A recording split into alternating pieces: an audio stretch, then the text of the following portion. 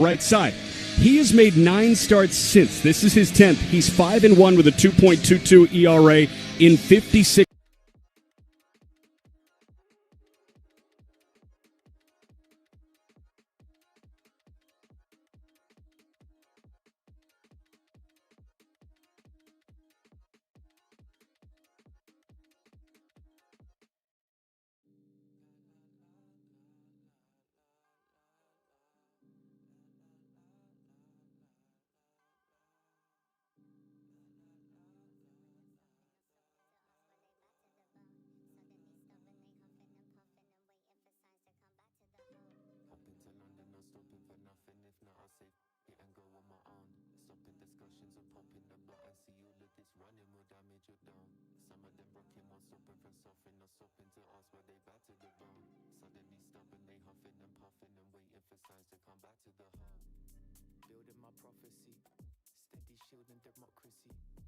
Playing with the Phillies is a little bit better than what the Pirates were featuring. Yeah, higher octane stuff. Of course, you've got the big fastballs of Duran and Keller and Alvarado in the back end of that Philly bullpen. But it is a finicky bullpen at points. Zach Wheeler, the right-hander, he kicks and deals. And the first pitch to Liam Hicks misses off the plate away for ball 1. We're underway at 6:41 p.m. here at Citizens Bank Park in Philly.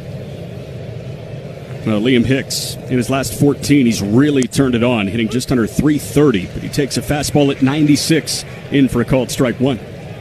It's really all about the fastball with Zach Wheeler. He is going to establish it. He's about 40 to 45% fastball when you look start by start. And you mentioned it's not the 96 to 97 he once featured. It's down a tick from last year, yet batting average against is lower. Opponents are 7 for 66 against his fastball. You never see that. If you take the 4-seamer and the 2-seamer, he's well over 50%. So I always count that as a fastball. 1-1 to Hicks. That one misses upstairs for ball 2. When you have pitch mixes, always throws a 4-seamer, 2-seamer, where they're both fastballs. There's not a whole lot of velocity, if any, off of the 2-seamer to a 4-seamer. A 2-1 pitch. Hicks takes off the plate away for ball 3. Well, this is how Liam Hicks made his presence felt at the outset. Paul Skeens yesterday in a win for the Fish issued a leadoff walk to Hicks. Now, Skeens did set down the next 3, but Hicks kind of set the tone for the Marlin lineup. 3-1 pitch. That a bouncing ball. That is past the dive of the third baseman Sosa and down the left field line for a base hit. Marsh ranges to the line to pick it up and toss it back in. It's not extra bases, but Liam Hicks does have a leadoff single in the top of the first. Yeah, much rather have that in a walk. Inside out of the ball, they play him to pull, so Sosa, the third baseman, playing more towards shortstop. That ball was on the outer half, rather, and he just takes it down the left field line. Let the ball travel a little bit, saw it well, got aggressive on a 3-1 count, could have easily taken a pitch, and hit it down the left field line for a leadoff single. Well, the best batting average in baseball belongs to the 2-hitting shortstop, Otto Lopez, and that one, fastball at 96, poured in for a called strike 1. Otto not only hitting 343, but he's sporting an 8-game hitting streak. Lopez playing in his 72nd game this year, 343 with 5 homers and 31 driven in. Wheeler fires, and that one spins across the plate away for ball 1. Yeah, 396 with 6 extra base hits in the month of June. This guy is... Please vote him in. Yes. Right now, he is 5th. Pretty please. In the shortstop race for the All-Star game. Please, he needs a lot more votes. 1-1 spins off the plate away. It's ball 2. A reminder, you can go to MLB.com/vote and do it constantly. Refresh the page. Just try it again. Balloting came out today, and Otto Lopez was 5th among NL shortstops. But I think really any way you want to skin it, Otto Lopez is the best shortstop in the National League right now. That went in for a called strike, and it's 2-2. Yeah, I would agree. And how it works is the first phase of the voting goes until, I think, June 25th. The top vote getters will automatically be the starter, and then after that it'll be phase 2. So they'll take the top. After the top one, they'll take the next 2 into the next round of voting. And right now, Otto's sitting in 5th place as the NL shortstop. 2-2 to Otto. Misses low and away. Count runs full. Might as well do the read right now. Go ahead and do it. Yeah. Make your favorite players all-stars. Cast your 2026 Konami eBaseball MLB All-Star Ballot daily or visit MLB.com/vote. You don't mess around with Konami eBaseball. Runner on the go. That one missed off the plate away for ball 4. So Wheeler issues the walk. Hicks was off trying to steal a base, but he could slow it into a jog. And that's back-to-back base runners to open the game against Wheeler. Yeah, didn't have a walk in his last outing against Toronto. He went 6, gave up that 1 run, had 5 strikeouts. Right now having a hard time finding it with his command. Well, now it's Kyle Stowers. 2 on, nobody gone for Kyle, playing in game number 50 this year. And the first pitch from Wheeler. That one fouled back and out of play, and it's 0-1. Kyle Stowers through 49 games, hitting .215 with 5 homers and 22 driven in. Been a slower start to the year for him, but he missed the front month dealing with an aggravated hamstring strain. It held him out of the first couple of weeks of spring training. 0-1. Stowers swings over the top of a splitter, and it's 0-2. That's a pitch he loves against lefties. Yeah, he throws it a lot.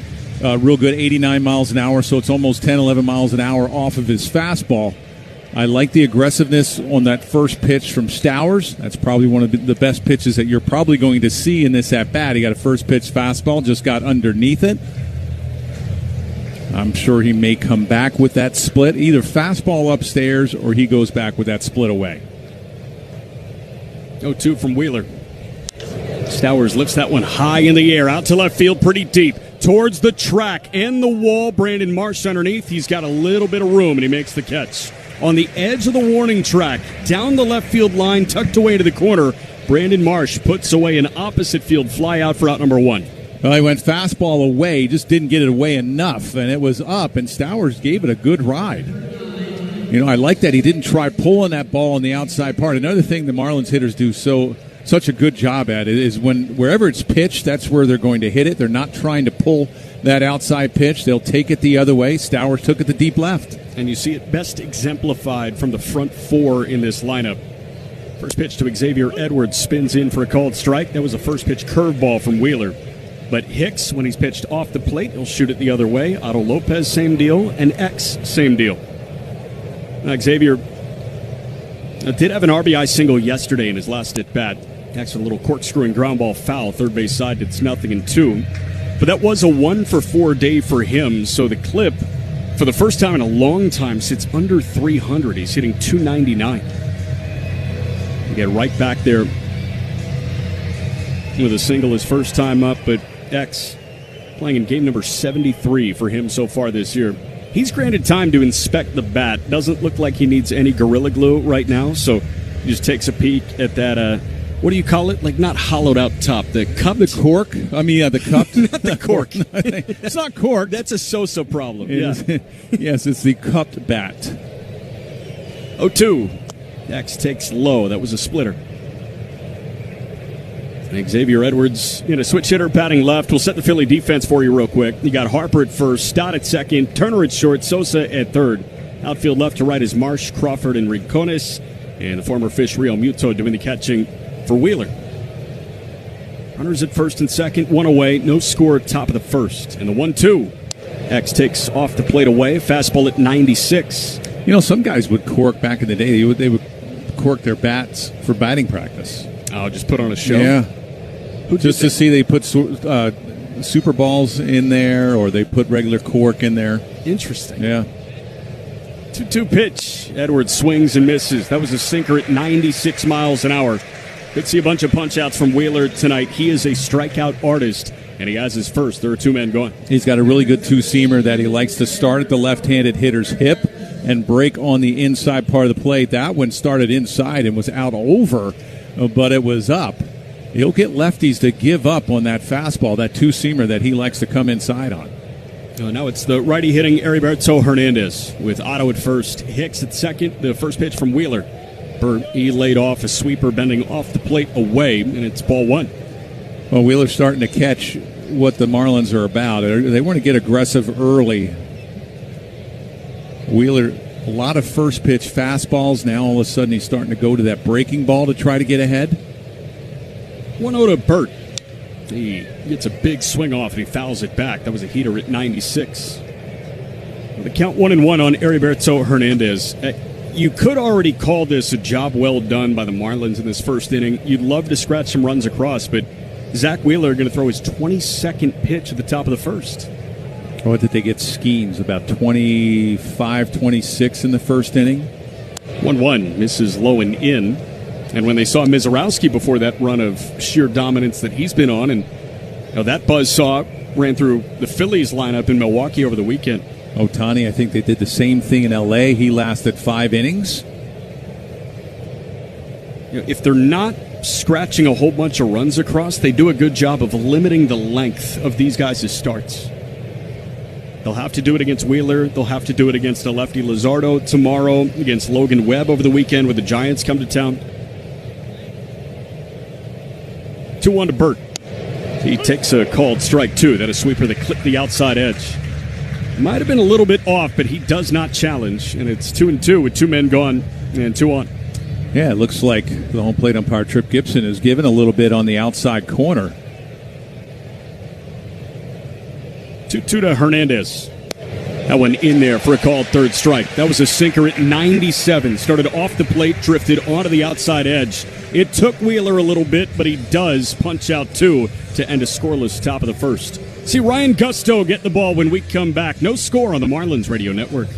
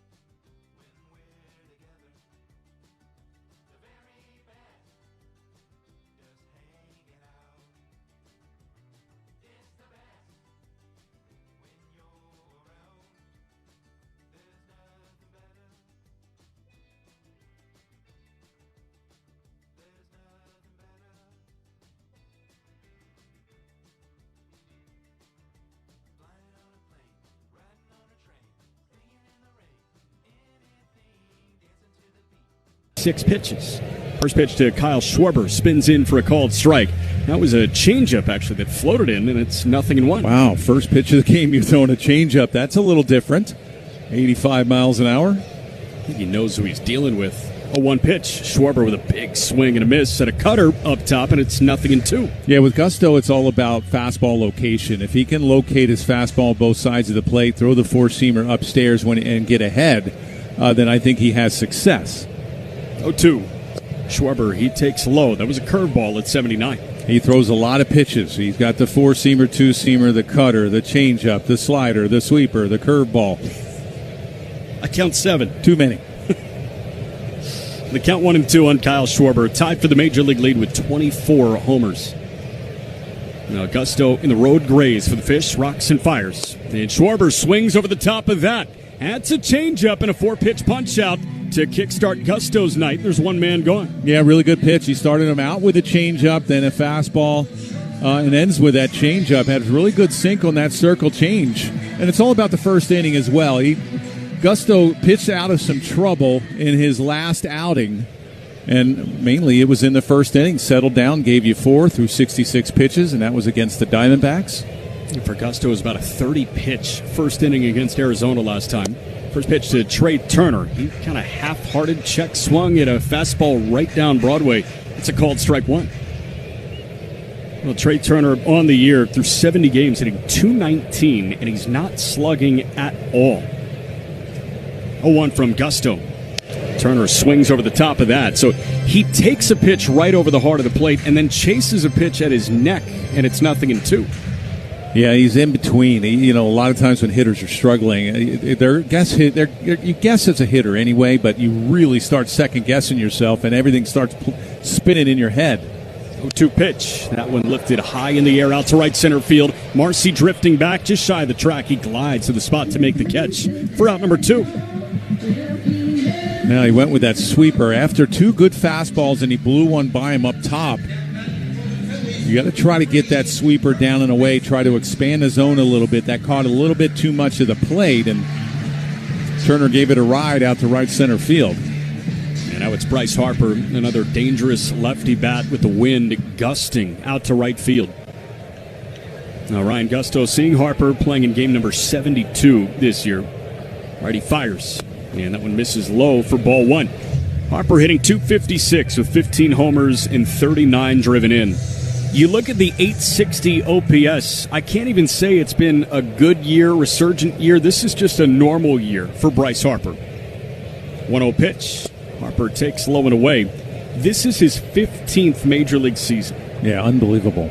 Of the 15, 4 of them have resulted in an OPS under .850. That consistency is crazy from a kid who was on the cover of a magazine when he was 15. 2-0 pitch misses off the plate, a changeup, and it's 3-0 on Harper. He's been incredible, and now moving to first base over the last couple of years is, I think, probably a godsend for him. Keeps him healthier, keeps him in this Phillies lineup more often. 3-0 pitch. Harper takes off the plate away. That's a 4-pitch walk with 2 men gone. So Harper aboard via the free pass, and now it's one of the league's leading hitters in Brandon Marsh, the left fielder. Yeah, Harper, the pivot to first came after he had surgery on his UCL. Right. It was a UCL. He came back early. And, they kind of shut down the right field thing. And he was a good right fielder, not a great one. He had a really good arm. Ran it up to the mid-90s when he was a pitcher in high school. This was one of those super prospects that got up in a blink. Harper hasn't looked back. One misses off the plate away to Marsh, and that's a lot of misses outside the lefties over the last 2. Yeah, flying open a little bit. You got 2 quick outs, and that third out is the toughest one to get. You cannot relax on the mound, especially against an offense like the Phillies in a place like here. 1-0 to Marsh, a little dribbler foul back to the backstop. This is a good hitting ballpark, and I think even Clayton McCullough said it in your guys' interview. You got to stay ahead. You cannot get into hitters' counts in this ballpark. His word for Gusto, Phillips, and Sandy, all 3 starters, was attack. Right. 1-1 to Marsh. That one cut on and missed. A cutter, and Marsh was late and under that. It's 1-2. Well, get ahead, and then you can expand the zone. And if you are behind, you got to be able to get your off-speed stuff over to try to get yourself back into the count. And that's one of those 7 pitches that he has. We're scoreless in the bottom of the first. Harper's at first, and the 1-2 to Marsh. He just loops it to left field, falling quickly. Heriberto cannot get to it. That is down for a base hit. Harper pushes to second. Brandon Marsh just shoots one the other way, and the .322 batting average increases. 2 on and 2 gone for Bryson Stott. Yeah, you tennis player. You just served it into left field. It was a changeup on the outer half, off the end of the bat. And that's one of the reasons why he, 4th in baseball in average for the National League in average. When you're getting hits like that and you stay back on the ball, that changeup was on the outer half, and he just looped it into left field. Well, now it's Stott, and the first pitch. Stott with a little roller over to first. Stowers has got that. He will jog to the bag himself, and the inning is over. 3 unassisted. Gusto does strand 2. We go to the second. No score on the Marlins Radio Network.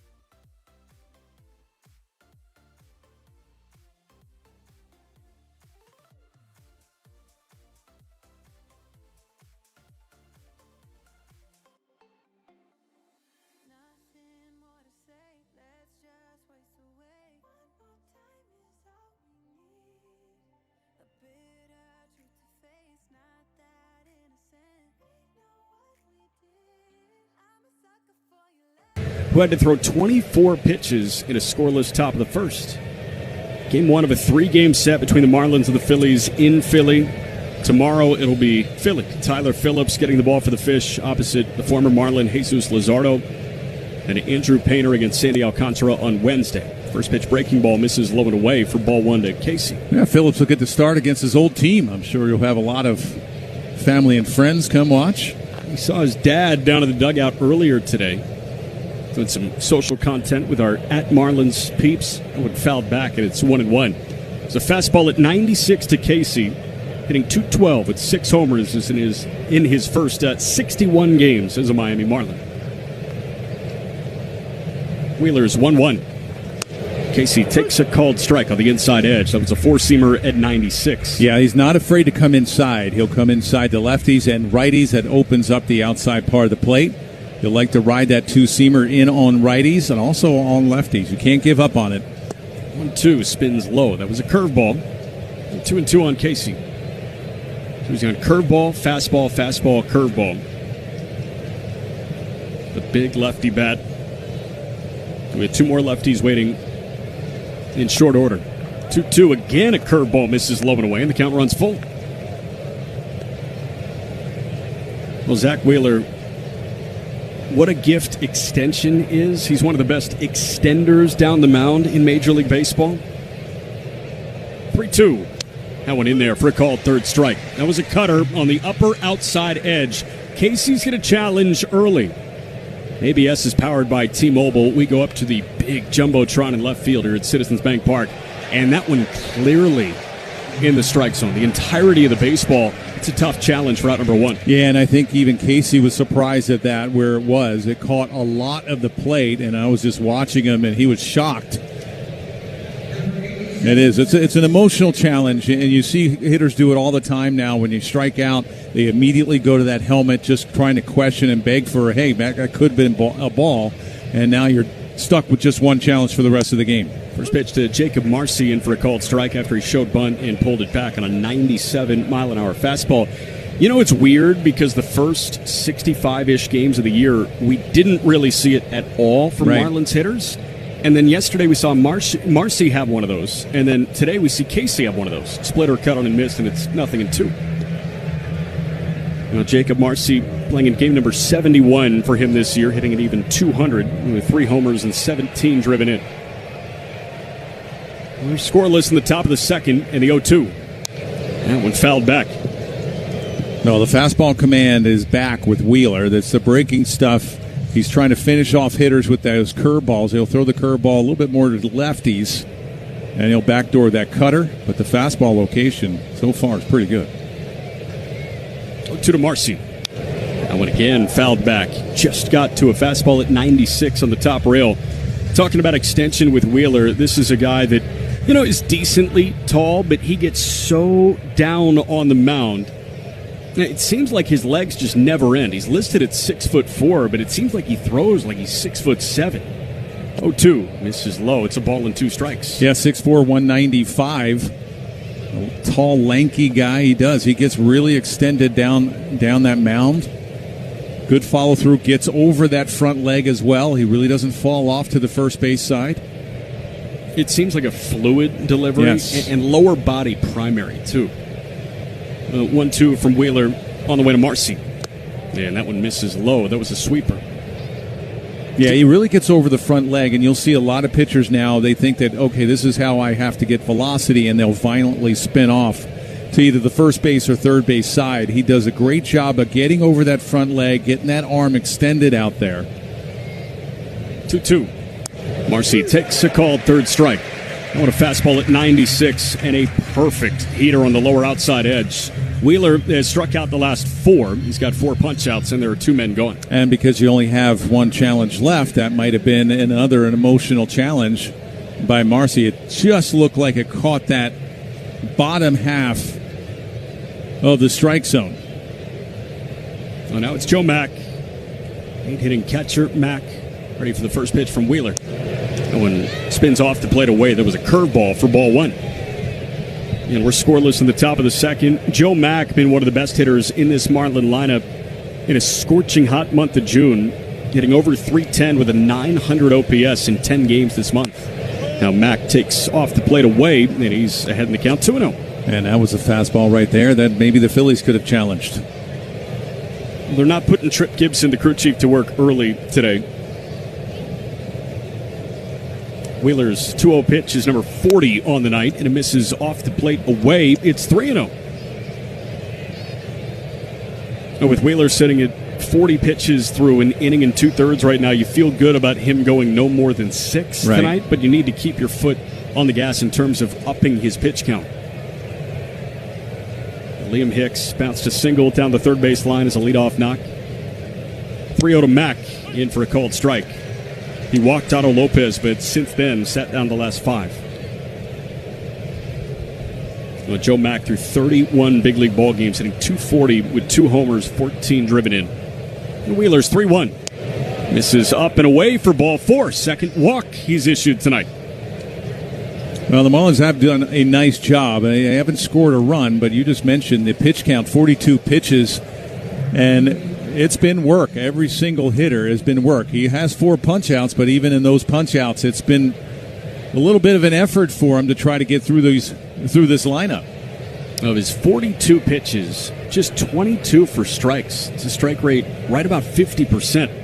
First pitch to Javier Sanoja, in for a called strike, and it's 0-1, but there have to be very few around Major League Baseball that are as good at correcting mid-start mechanically than Wheeler. Well, Wheeler from the stretch, he's set at the letters. Mack not a threat to run at first. 0-1 to Javi. That one spins off the plate away. That gets back to the backstop, and that is a wild pitch to push Joe Mack in a scoring position. Yeah, really having a hard time with his breaking stuff. That was a sweeper that wasn't even close, and Real Muto, one of the better catchers in the league, didn't even get any leather on it. That started outside and ended up in that left-handed batter's box. No, Wheeler dealing with a runner at second in the pitch. Sanoja chops over to short. Turner's got that on the backhand. He fires on the move. It's on target, and it beats Javi by a half step at first base. So a 6-3 put out. Before we step aside, let's pause 10 seconds for station ID on the Marlins Radio Network. Marlins baseball on television.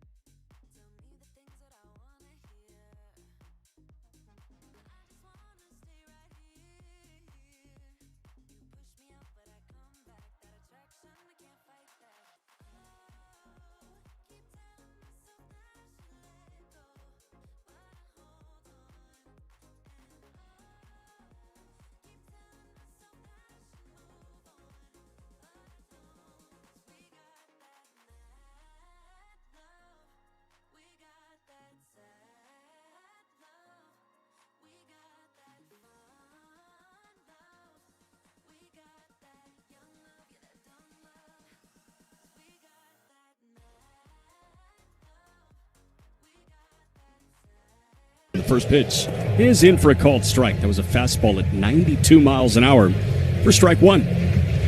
Well, no score between the Marlins and the Phillies. Zach Wheeler already nearing 45 pitches through 2 innings. And spins low, and it's 1-1 on the former Fish, Real Muto.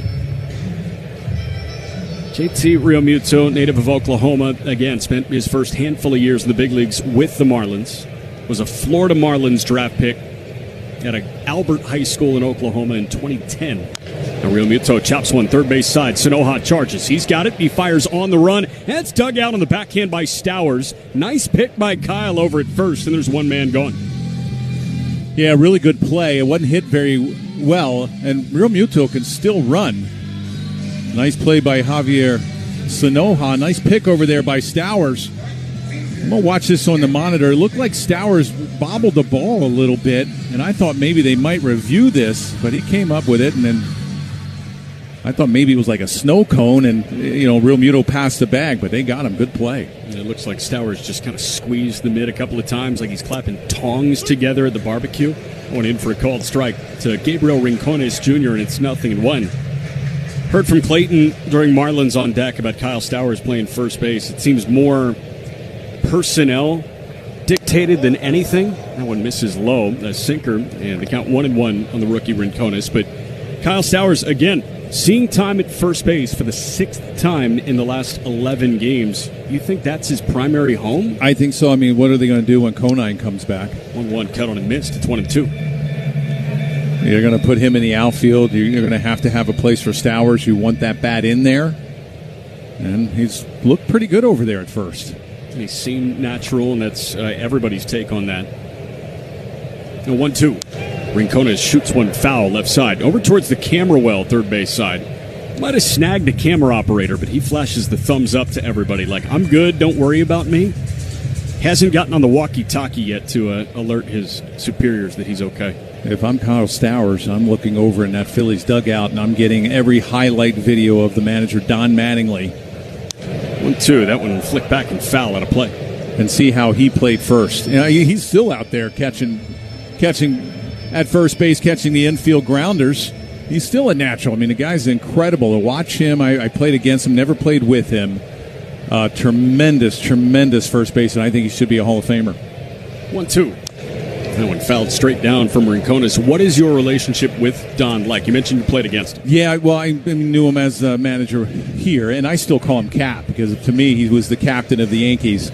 Never got a chance, but he was such a nice guy, and it's like once you were a Yankee, no matter if you played with him or not, they owe you always like a family. Cool. And he's been a tremendous guy, had tons of respect. 1-2. Rincones hits that one a mile high.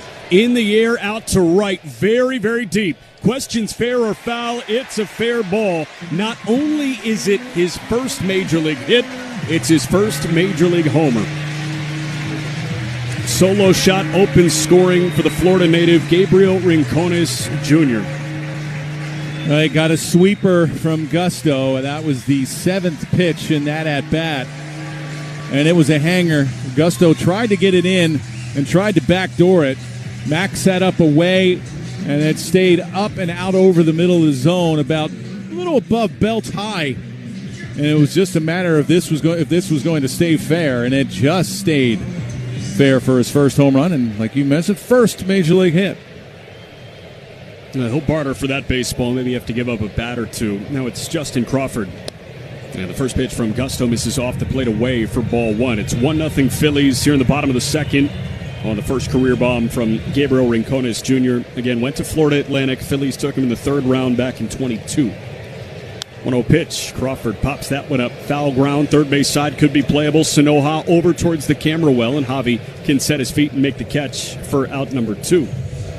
Yeah, nice job there. He had a long way to run. They were playing Crawford to pull. He's a left-hander, so obviously you're going to have Sanoha play more towards the shortstop. He put his head down, ran to where he thought the ball was going to be, looked at that net, and made a nice catch about 10-15 feet from foul territory.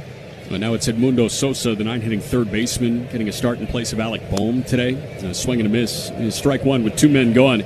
That solo shot from Rincones a hitter ago, that was the first run of the game, and it's brought to you by ADT, the official security partner of the Miami Marlins. Introducing ADT Blue, all new, easy-to-install DIY home security. Inside, outside, everywhere. When you get ADT Blue, we've got you. Build your system at ADT.com/blue, B-L-U. 1-1 from Gusto to Sosa. That one cut on and missed. Sosa swung over the top of a changeup, and it's a ball and 2 strikes. Yeah, I think if you're doing a favor if you throw a fastball here. He has not looked good on any of the breaking stuff. I would try to expand the zone maybe with that slider or sweeper. Gusto has gone cutter, sweeper, changeup to get ahead, a ball and 2 strikes. Edmundo Sosa playing in game number 40 this year, hitting .221, 15 driven in. He takes off the inside part, another changeup, and it's 2-2. Now Sosa against the Marlins in his career, it's been really good. 37 ball games for him, hitting .266 with an .880 OPS. 2-2. Sosa flares one to the shallow center, falling in. That is down for a base hit on one hop. Marcy picks it up in right center on the back end, and he will flick it back in. Edmundo Sosa has a 2-out single, and the lineup back to the top in Kyle Schwarber. And it was a fastball. A guy that didn't look that great on any breaking balls. Swung over some. You got to read swings, and you did him a favor by throwing a fastball upstairs. You got in on him, but it was up, and he was able to.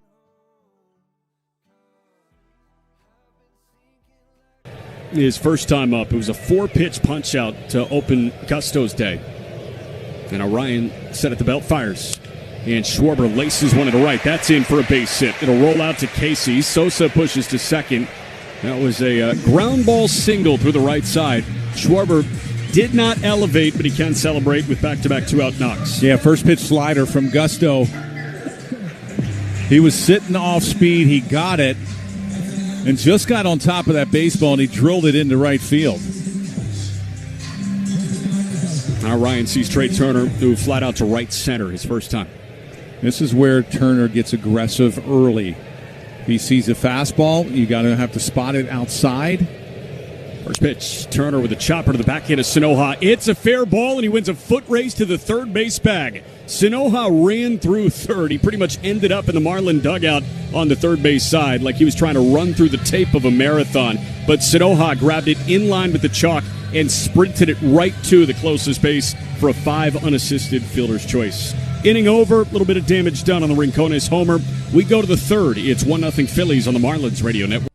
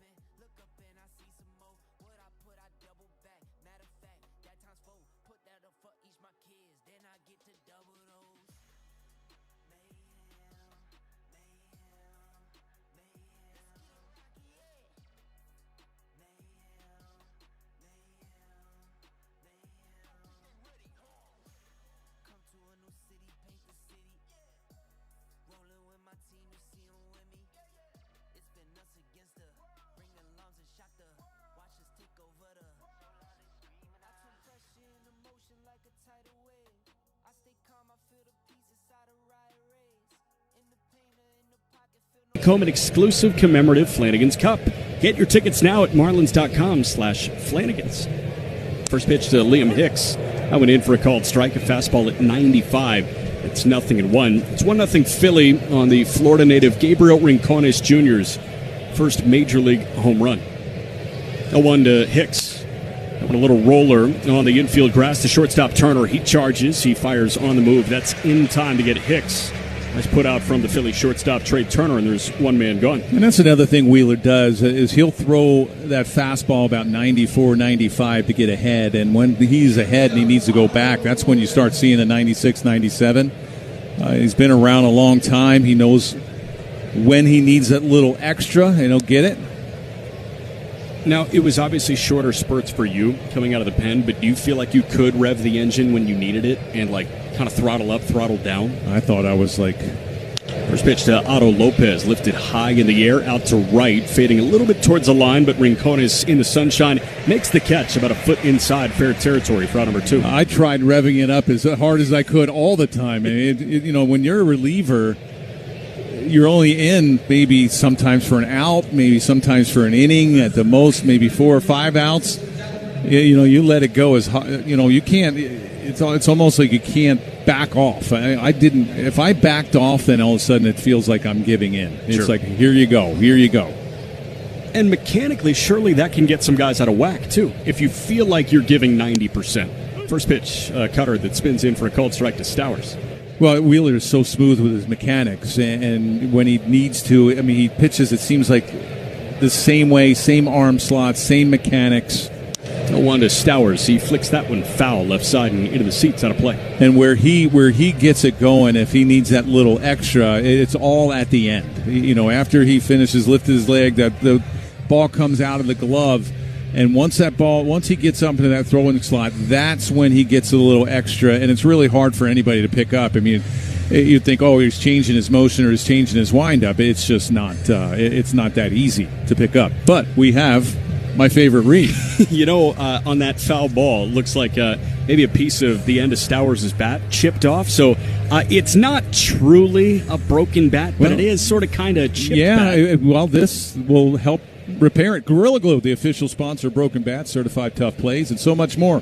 Gorilla Glue for the toughest jobs on planet Earth. I see your hands like ready to grab the read. It's like, give me it. 0-2 misses up and away, and it's ball 1. That's maybe they are gluing that little. It's splintered, so maybe they're gluing that little piece back, and he'll go out and use it. It didn't even look like it broke whatsoever, but he handed it off to the authenticator, and that might be a auction item. That one cut on and missed. That was 96 up top. So Wheeler has a punch out of Stowers to end the inning. We're through 2.5. Wheeler faces the minimum. It's 1-0 Phillies on the Marlins Radio Network.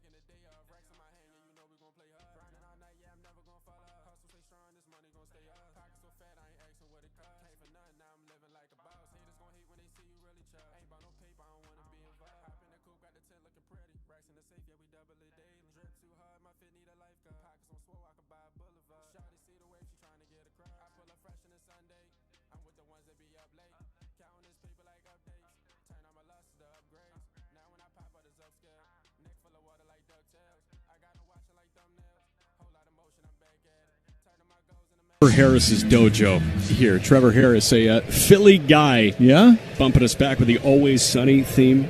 Now, we're in the bottom of the third inning, and the first pitch to Bryce Harper misses low and in for ball 1. 1-0 Philly on the FAU Owl. Gabriel Rincones Jr.'s first Major League homer. It'll be Harper, Marsh, and Stott against Gusto in the home third. 1-0 from Gusto. Harper takes a called strike. That was a changeup. Now, first 5 pitches to Harper were misfires. He walked on 4 pitches his first time up. Gusto kicks and deals. And that one misses upstairs. A heater at 93, about eye high to Harper. Well, Bryce Harper making a push to possibly be an all-star in this ballpark, mind you, in a month. All-star game this year at Citizens Bank Park in Philly.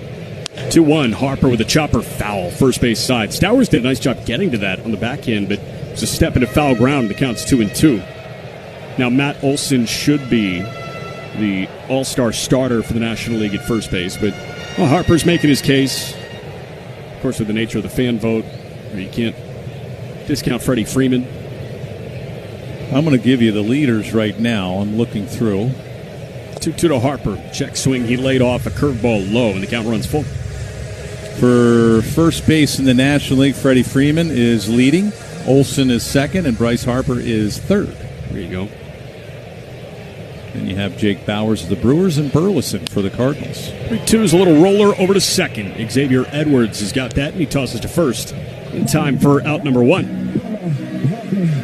We're trying to get you to vote for Otto Lopez right now.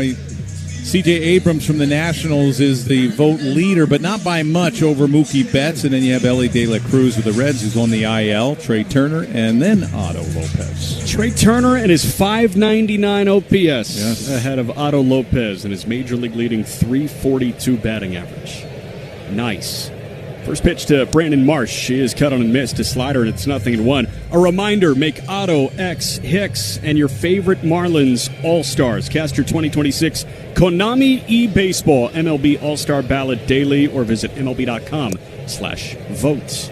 One misses low with the count of ball at a strike. Now, Brandon Marsh is in position to represent the Phillies at the All-Star game. He is top 3 among NL outfielders in voting. Marsh with a single, bumped the clip up. He's hitting .325, and he swings and misses at a changeup, and it's 1-2. No, a good changeup there. And that's what Marsh hit down the left field line. He got behind the count. I think it was a 1-2 count. Got a changeup that he served into left. This would be a good time to try to heat him up. He went slider and back-to-back changeups. So we go fastball upstairs. 1-2. That one lifted out to right, pretty deep. Casey working back onto the track at the wall. That slams off the wall. Marsh is sprinting for second base. He will be there standing up as the throw comes in now. Brandon Marsh has himself a double. It's his 13th on the year. Well, you went curveball, and a lot of off-speed from Gusto. Out over the middle of the plate. He was out in front, but caught that curveball out in front. Now, Casey went back. I'm trying to look and see where this hit off the wall. It did. Hit pretty high off of that right field wall, and Casey did a nice job playing it off and getting it back in. It was a laser of a liner. Got out to the wall in a hurry. It was 102 off the bat. This is a hitter-friendly ballpark, especially down the lines. They are shorter corners. Ball flies a bit, again, especially to right. Went in for a called strike, and it's 0-1. Kind of no surprise to anyone that Dave Dombrowski, president of Baseball Ops here, stacked this Philly lineup with a whole bunch of lefty slug. Yeah, exactly. And the wind is really blowing out to right field. 0-1. Stott fouls one back over the backstop, and it's 0-2. And it's really not, it hasn't heated up yet here in Philadelphia. Once it gets hot and humid, that ball really flies out. It'll carry pretty well on Wednesday, the day game. Tell you what could be special is the Derby here on that Monday of All-Star Week. With the juiced-up baseballs. 0-2, misses low, is blocked by Mack, keeping Marsh at second with one away.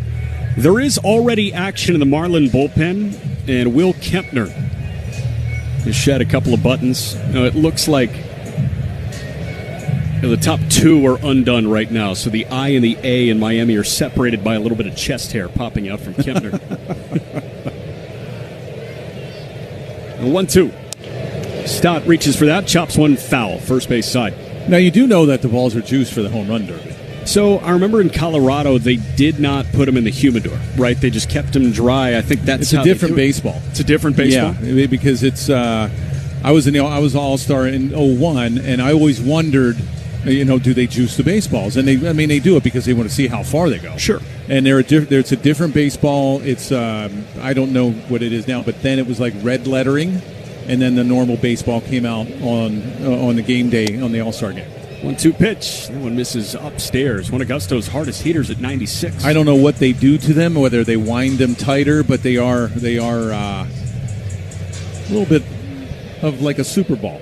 You get guys that are just blasting home. I mean, it's just amazing to see how far these guys hit it. And you know what? The 2-2 is again chopped foul, first base side. Stott is hanging around against Gusto. I wouldn't want the Derby any other way. No, I know. Exactly. Juice them up as much as you want. I mean, I want to see balls just fly out. Take off a couple of panels on the jumbotrons in left and right. Now Ryan Gusto dealing with Marsh at second. There's one away in the bottom of the third. Philly up 1-0 on the Fish. 2-2 again to Stott. He takes low, and the count runs full. It's going to be a beautiful setting here during the All-Star Game, America's 250th birthday. And those flags are not limp. No, they are stiff as a board there. Steven, Mac and Steve's. Gusting out to right. And now Gusto is set at the belt. His 53rd pitch misses low for ball 4. Stott draws himself a walk. Runners at first and second, one away for Real Muto. JT Real Muto is 35 years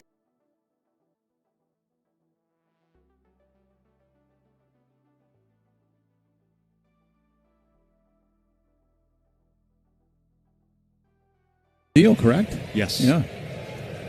Do you view that as a little reactionary this winter? I agreed with them signing him back. First pitch to Real Muto. He was late on that. A foul tip on a cutter going on to by Mack. And I think he held out long enough to try to get that 3-year deal. I was thinking maybe a 1-year, 2-year at most.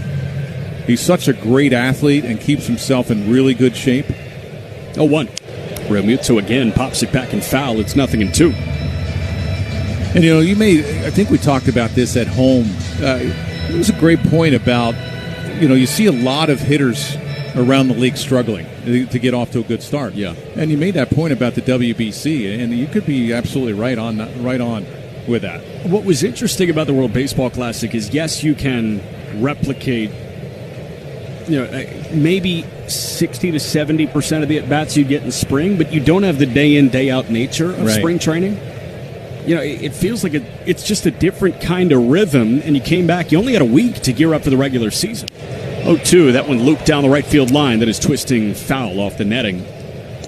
I mean, you go from spring training when you know that you're not going through the motions, but you know what it takes to get ready for the season, whether you're a position player or a pitcher, and all of a sudden then you have the WBC, and that's you get the pride for your country, the wanting to win.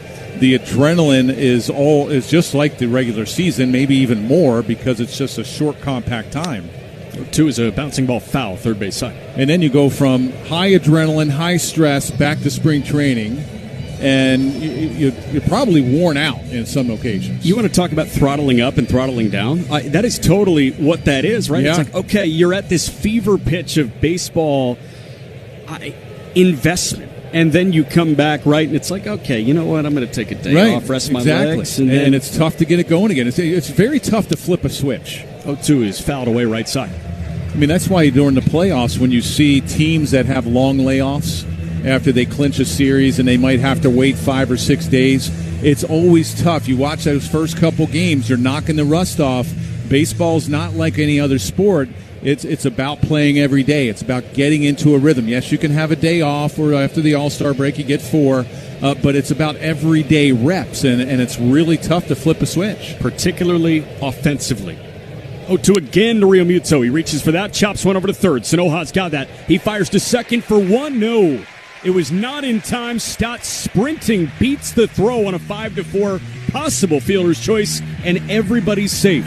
There was no return throw to first. The bases are loaded with one away for Gabriel Rincones Jr. Well, right there, I think Sanoja made a mistake. It was a high chopper, and he was only about 10, 15 feet from going to third base.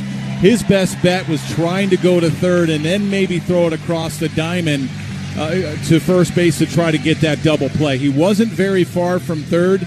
That was his play there, instead of waiting and trying to get the lead runner at second. Stott does run well, So right there, you're kind of looking at that play and saying, oh, that's probably what I should have done. I'm not saying you would have completed that double play.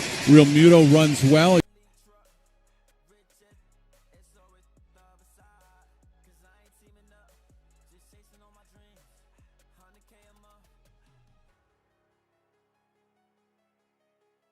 It's going to hit with the infield in and nowhere to put him against Ryan Gusto. Well, a lot of off speed in this inning. Not a lot of fastballs from Gusto. First pitch, Rincones takes low for ball one. That was a sinker at 94 miles an hour.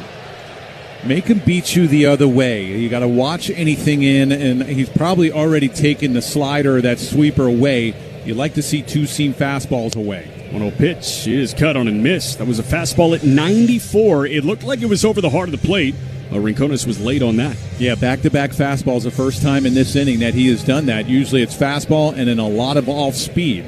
You probably put a dime in the middle of the plate. That's where that fastball ended up. 1-1 to Rincones. That one shot foul left side. And it hits off the tarp down the left field line, and it's 1-2. 3 fastballs in a row. I like it. And Rincones is probably thinking, hey, he's got to come off speed at some point here. Now, with that fastball away, where'd he hit it? It hit it over the third base dugout. So you don't want to speed up his bat. You don't want to leave anything soft out over the middle of the plate.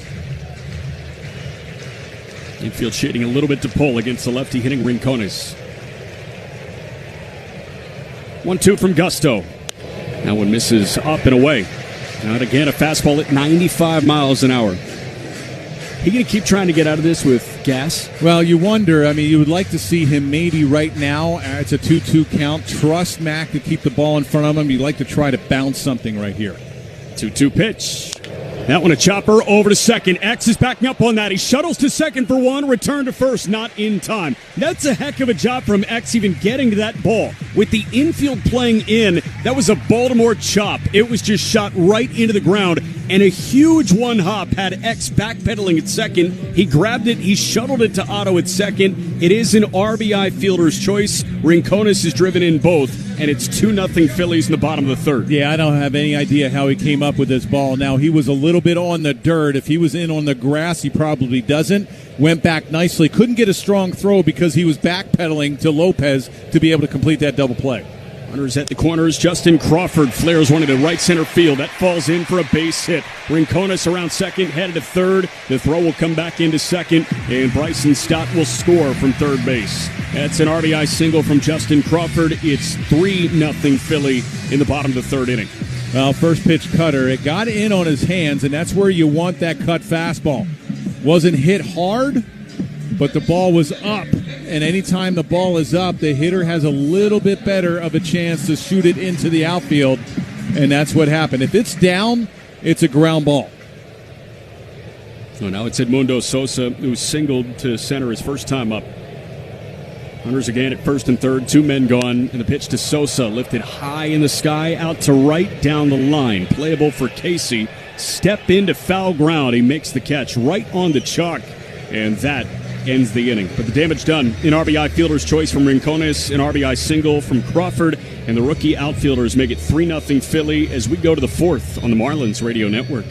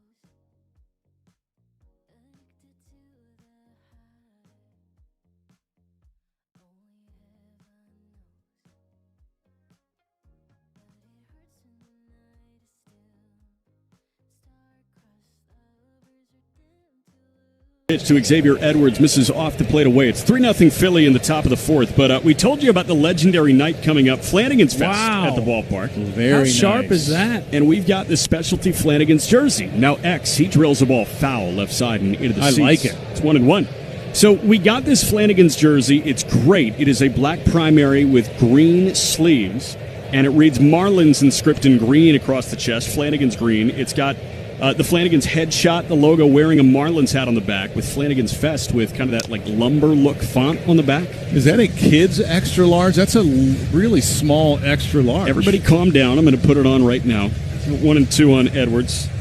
Tell you what, Steve initially handed me the medium, and I was like, no, not for me.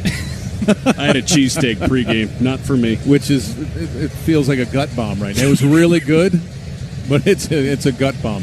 So you got yours. Let me take a picture of you, Jack. We'll put it on Marlins That's Radio. a one and done. I only get one cheesesteak here in Philadelphia, and it was really a good one. Now, I just put the jersey All right. on. Does this look like a Youth XL? No, I think it fits well. 1-2 to X. That one misses low, and it's 2 and 2. You know, I may go with this unbuttoned. Is that a decent look? No. Should I post All right, this or cool. not? Because is this a surprise what it's supposed to look like? I don't think so. Okay. I think It it's looks fine. good. I like it. Yeah, I think we're good. Start speaking some Spanish now that you have the Venezuelan jersey on. Well, this is the Not Flanagan's Fest Venezuela jersey. jersey. That one popped foul. I just explained the in Flanagan's great, Fest. Oh, explained I thought it in was a great combo. detail the Flanagan's jersey. You start speaking like an Irishman. You ever had a rib roll from Flanagan's? Awesome. I know. Oh, awesome. X is granted time ahead of a 2-2 from the righty Zach Wheeler. But again, Flanagan's Fest on Saturday when the Marlins are taking on the Giants. Go to marlins.com/Flanagans to get your tickets. Get one of these sweet jerseys. 2-2.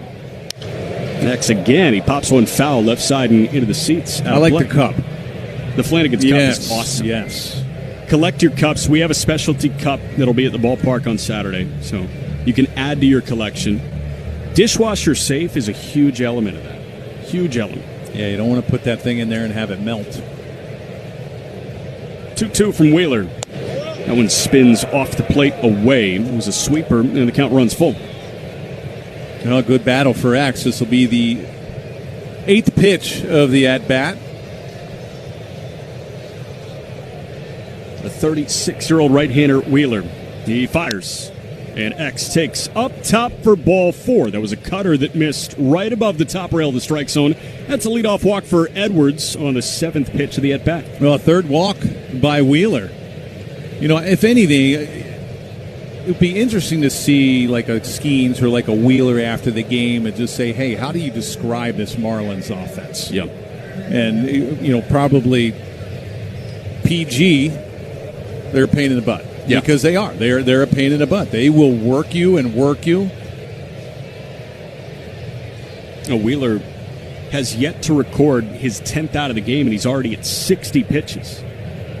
And this is what they do. This is not a one-off experience against a frontline starter in Wheeler.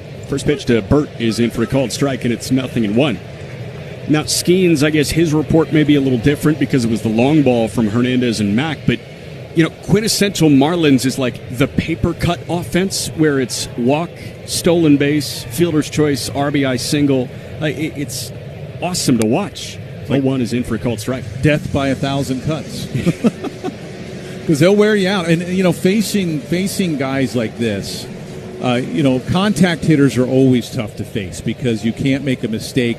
They foul you off. And when you're not seeing the inside pitch a lot around baseball anymore, 0-2 misses up and away. It's 1-2 on Burt.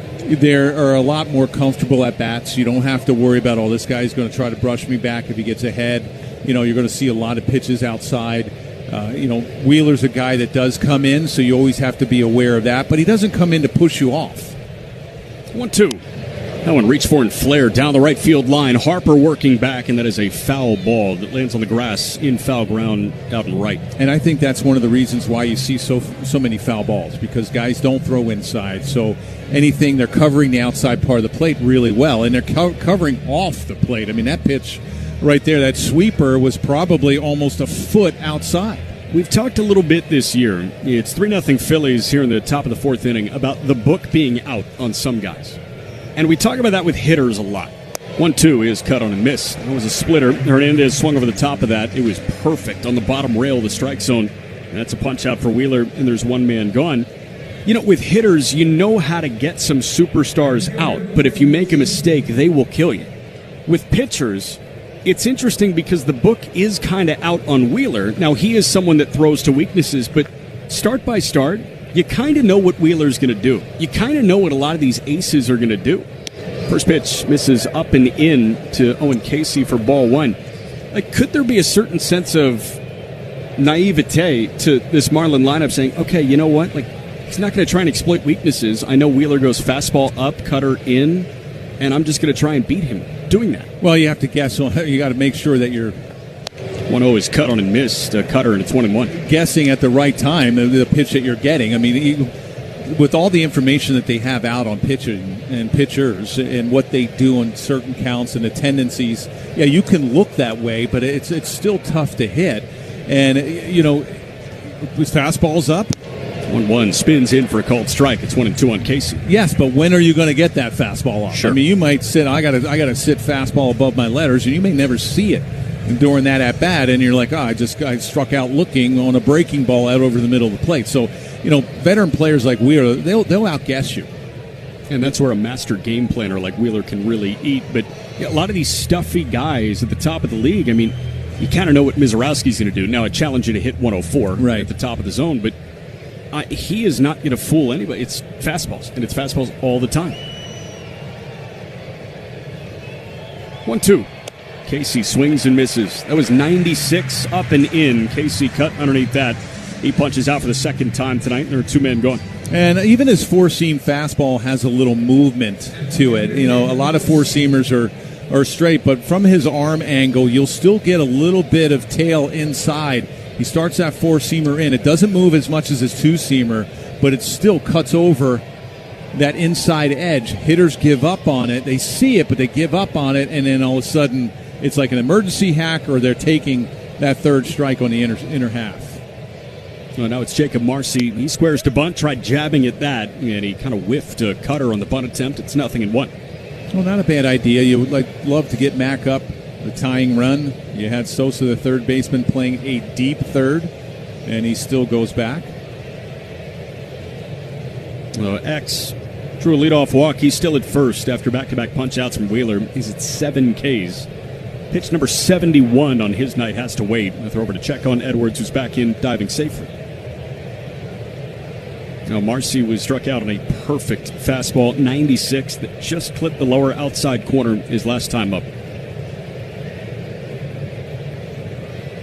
0-1 from the Philly right-hander. This is off the plate away.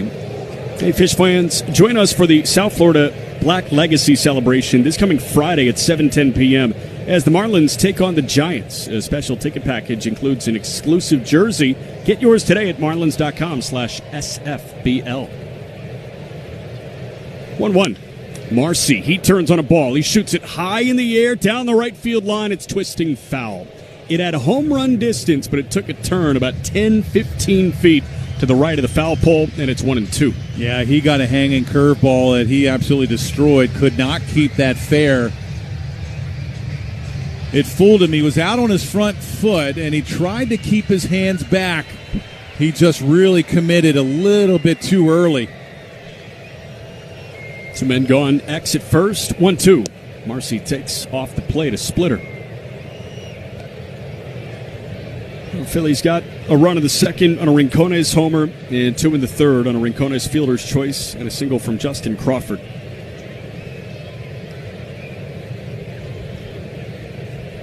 Two from Wheeler. That one misses up and away. A fastball at 94, and the count runs full. Yeah, another full count from Wheeler. His night might be very short-lived. He's about to throw his 75th pitch. That could be the final out of the top of the fourth. Threw 96 in his last outing, 104 2 outings ago, and that was the high this year. When the Marlins saw Wheeler first this year, he was in the ramp-up period of his regular season. Zach Wheeler still got through 6 innings of one-run ball. He punched out 8 in that start, but now Wheeler kind of full swing of things, Wheeler. 3-2, X gets a head start. That one a called third strike. That one a cutter that lands on the outside edge. Marcy goes down looking. That's 8 Ks for Wheeler through 4. Through 3.5, it's 3-0 Phillies on the Marlins Radio Network.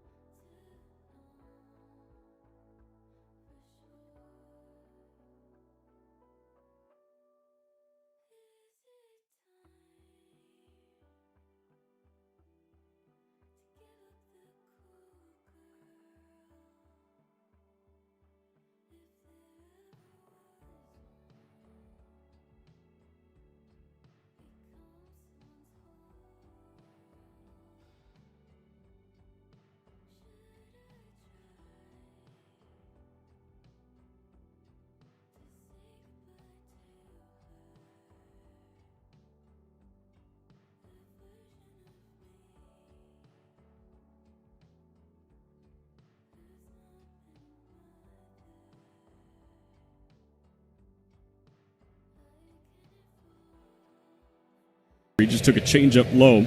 Kyle Schwarber struck out his first time against Gusto. He singled through the right side of the infield his second time up. Lefty hitting DH, ready for the 1-1. And Schwarber wraps it foul, first base side. It's a ball and 2 strikes. You have to assume that Schwarber is going to be a Derby participant here. I would think so. I think Harper also wants to be in the Derby if he gets elected. Now, a young Harper with Washington put on an absolute show in the Derby.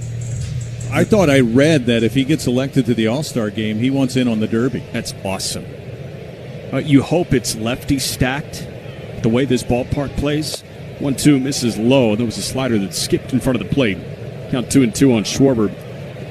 And you'd really hope, I understand injuries have been an issue, but the co-leader in homers with Schwarber, Yordan Alvarez in Houston, is a part of that because he would put on an absolute show. 2-2. Schwarber pops one up sky high. Foul ground behind the plate. Mack will shed the mask and watch that get into the seats out of play. You wonder if James Wood, if he gets elected? Could be a thought. There's been a couple guys that have actually been in the Derby that haven't been in the All-Star game, right? Yeah. Yeah. It never used to be that way. They all had to be All-Stars? Yeah. Now, the Derby has kept its flair and kept its cachet. While the NBA Slam Dunk Contest has taken that nosedive, the Derby has, it seems like, gotten better and better. Yeah, I love watching the home run Derby. 2-2. Schwarber chops it foul, first base side. 3-0 Phillies here in the bottom of the 4th inning. We'll see how long Gusto goes. Ryan Gusto apparently is on a pitch count, according to Clayton McCullough today. What is that pitch count? We're not entirely sure. He said it won't impact any type of outing that he has. Heck, he could go 90, 95. 2-2. Schwarber hits high in the air, out to right center field and deep. Marcy is back onto the track. He's circling, and the ballpark holds this. He makes the catch on the warning track in right center, and that's a flyout for out number 1. Yeah, he just got underneath. It was another sweeper up in the zone. And by the looks of Schwarber,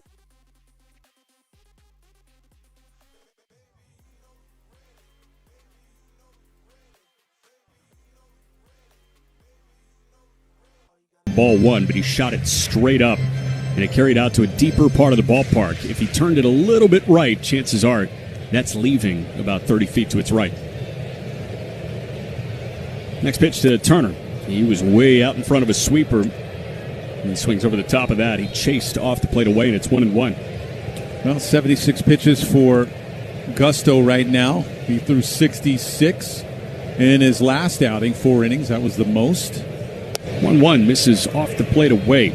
Now, if you're with us for Marlins on Deck, Steven, what was the word that Turner used? Was it credibility? He doesn't feel like he has the credibility to challenge? I think he did. I think he used credibility or...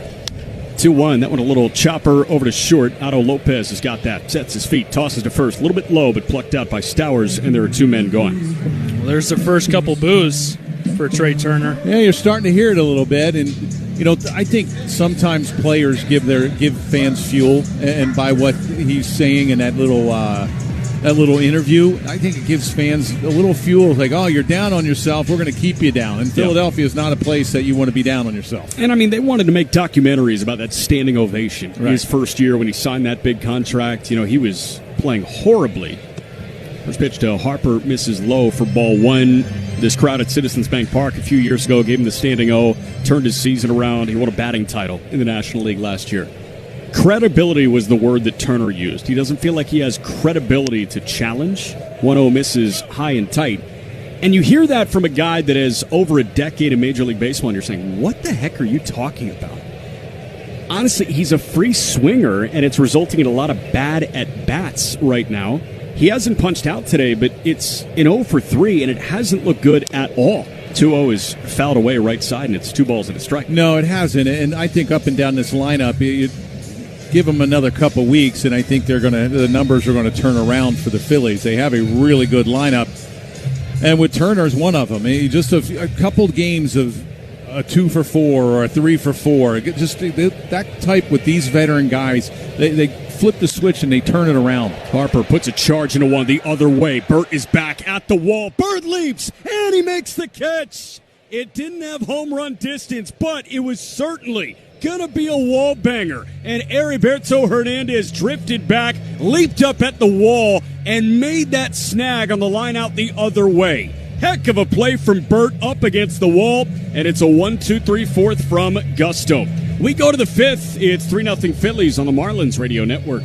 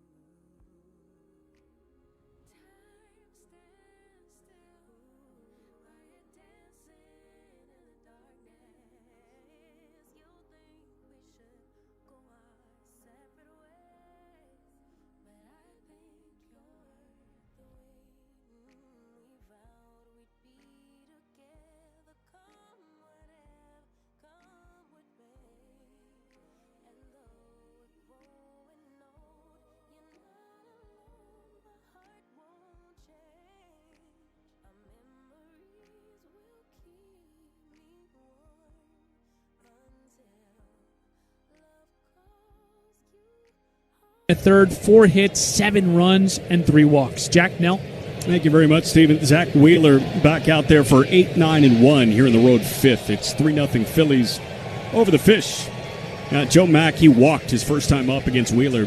That has been, I guess, the kryptonite for Wheeler, although as that one a line shot down the right field line. That is over Harper's head and in for a fair ball. Now Rincones picks it up He spins, he tosses to second, but Max sprinting in there with a feet-first slide. He's got himself a leadoff double against Wheeler. I was just getting ready to tell you he has worked 4 innings of one-hit shutout ball, but that's hit number 2 and the first extra base hit. Yeah, first pitch cutter. It got in, but it was up. Again, anything up, a hitter has a better chance of getting into the outfield. Nice at bat by Mack. He stayed aggressive on that first pitch and hits it down the right field line. Let's see if the Marlins can do something with this. First pitch from Wheeler to Javier Sanoja. He loops that out to right. That's peeling towards Rincones. He makes the catch, and Mack has to head back to second. So on the first pitch to Javi, that's a line out to right for out number 1. Wheeler has been so good this year with runners on base. 66 at-bats coming into this start with men on base. So just pitching from the stretch. Opponents were 9 for 66. It's a batting average against in the very low 100s. Zach Wheeler making just his 4th home start. He's already made 6 starts on the road. First pitch from Wheeler to Liam Hicks. That one misses upstairs for ball 1. We've talked about this, Nelly, over the last couple of days. You mentioned the second best pitch in baseball is a well-located fastball. The best pitch in baseball is? Strike 1. They count 1-0 on Liam, but when Wheeler gets ahead 0-1, 1-0 pitch misses low, and it's 2-0. When Wheeler gets ahead 0-1, after that, opponents are hitting 144 with a 450 OPS against him. He can get into his bag of tricks when he does that. Well, 1-0-0-1, I bet you the average is probably 200-300 points difference, the swing in the count. 2-0 to Hicks. He takes a called strike 1. A sinker dotted the lower outside edge. Zach Wheeler, you are in a better situation when you get yourself at a fastball count. It's a really good fastball, but you can try to expect it. Hicks granted time ahead of the 2-1. That strike 1 to Liam with Mack at second was pitch number 80 for Wheeler.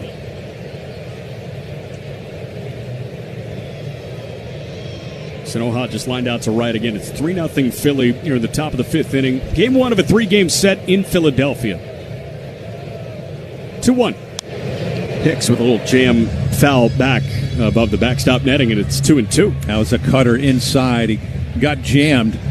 And because of that extension, that cutter is a really good pitch for Wheeler. He really finishes that ball off. He gets extended. He strides so long down the mound. 2-2 to Liam. Now with a bouncing ball, backhand to the shortstop. Turner sets his feet on the outfield grass. He fires to first. That's in time to get Hicks. Mack had to hold it second, and that is out number 2. Hey, real quick, let's pause. 10 seconds for station ID on the Marlins Radio Network. Marlins baseball on WQAM.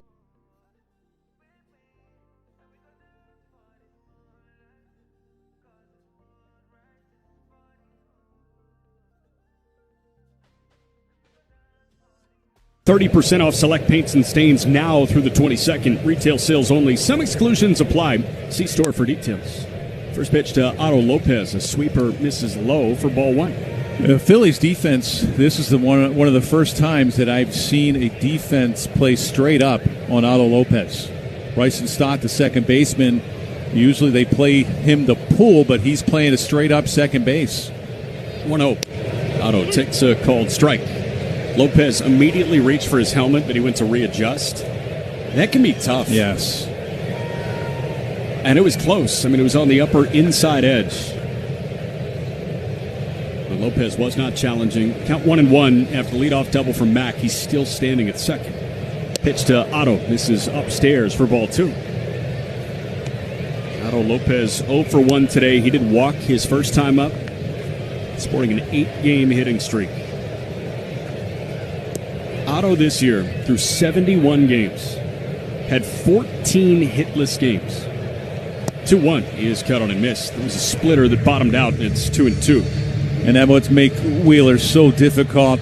You get in a hitter's count, you're thinking, okay, I'm going to see something out over the plate, and you get a nasty split for him to get back even. And this is what has the hitters guessing. He's like, okay, he just threw me a split. He's got the fastball. What's he going to give me here? And that's why Wheeler's so good. What's your guess? I think he goes two-seamer in. 2-2. That one lifted out to right field pretty deep. Rincones working back to the edge of the track. He's got enough room, and he makes the catch. He went with the splitter at the knees, and Otto shot it the other way, but the ballpark held it. So leadoff double does not come in to score for the Marlins. We're halfway home. 3-0 Phillies on the Marlins Radio Network.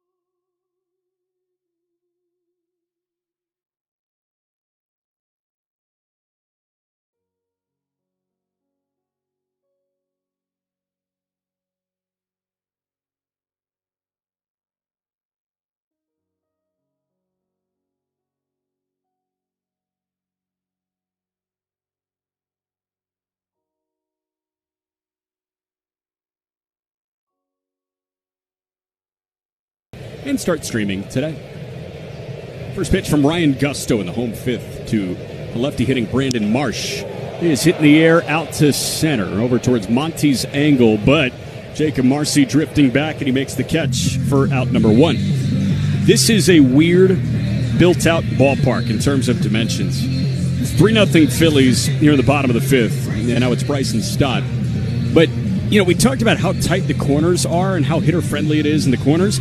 I mean, you've got Monty's angle out there in left center field. That's 409 with a high wall in left center. But that's beauty of baseball, right? The abnormalities? Down the lines, 330. You look at the left center field gap, 374, and then it shoots out to 387.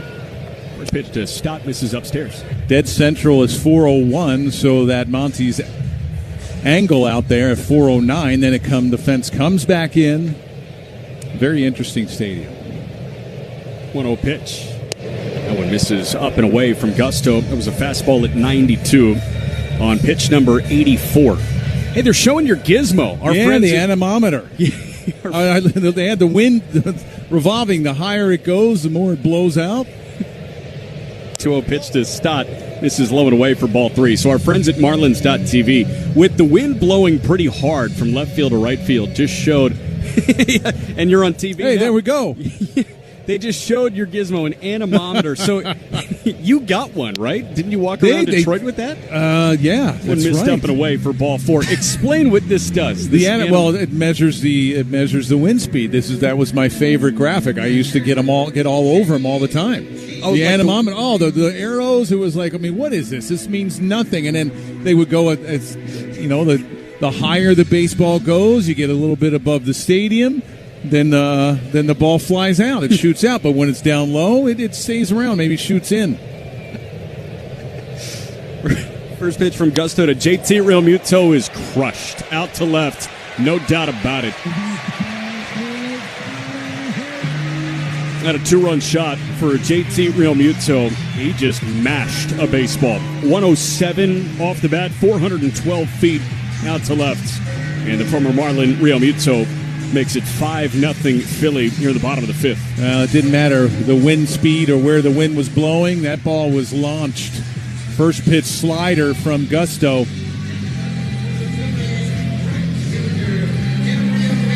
Two-run homer. Tried to get away, and he got Left that slider in and about belt high. First pitch to Gabriel Rincones Jr. Lifted high in the air, shallow center. Marcy was playing back, Otto drifting back. Marcy sprinting in, and he makes the catch for out number 2. It's a whole bunch of ground that Jacob Marcy just covered for the second out. Yeah, and I think maybe the wind got a hold of that a little bit and maybe pushed it into the infield. Lopez went back, and I kept watching Marcy. He kept looking at Lopez.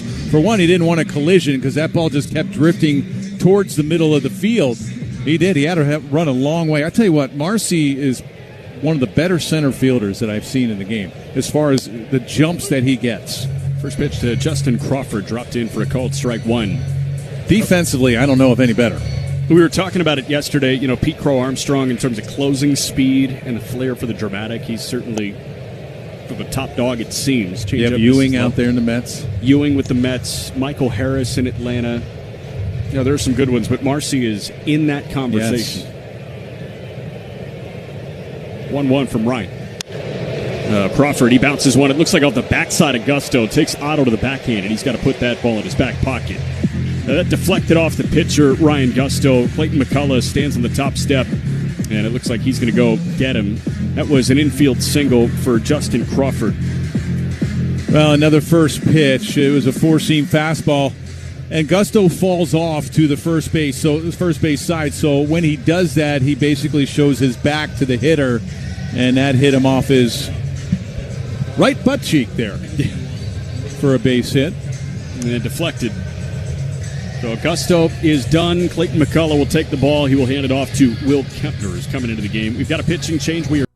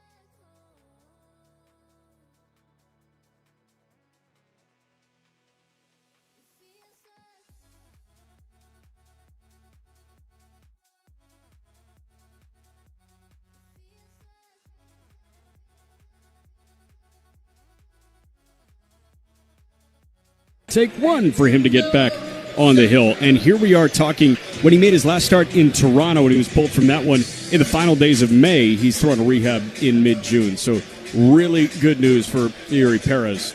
We've got a pitching change, of course, brought to you by Doral Kia. Reminder, you always pay less with your pricecito at Doral Kia. Visit us at Doral Kia or at DoralKia.com. Will Kempner going to see Edmundo Sosa. And the first pitch from the right-hander, Kempner, is on the way. And Sosa takes a called strike 1. 24-year-old from San Jose will turn 25 on Thursday. So off-day birthday for Kempner. Through 5 appearances, yet to allow an earned run. 6 2/3 scoreless with 8 Ks. A 1, runner on the go. That one floats low, and Mack has no throw. Justin Crawford runs like his pops. He can absolutely fly, and he's got himself his 9th stolen base this year. Reminds me exactly of his dad, the way he runs, the way he stands at the plate. His dad could fly, played a lot of years for the Tampa Bay Rays. Back then it was the Devil Rays when he was playing. You had to deal with him a little bit, I did. Did not like when he got on. Crawford at second. The 1-1 from Kempner on the way to Sosa. And that one, a little jam job and a roller over to short. Otto's got that. He fires on the run. It's in time to get Sosa at first by a step, and the inning is over. 6-3 on the putout, and Kempner strains the man at second. But the 2-run shot from Real Muto adds to the Philly advantage. We go to the 6th. It's 5-0 Phils on the Marlins Radio Network.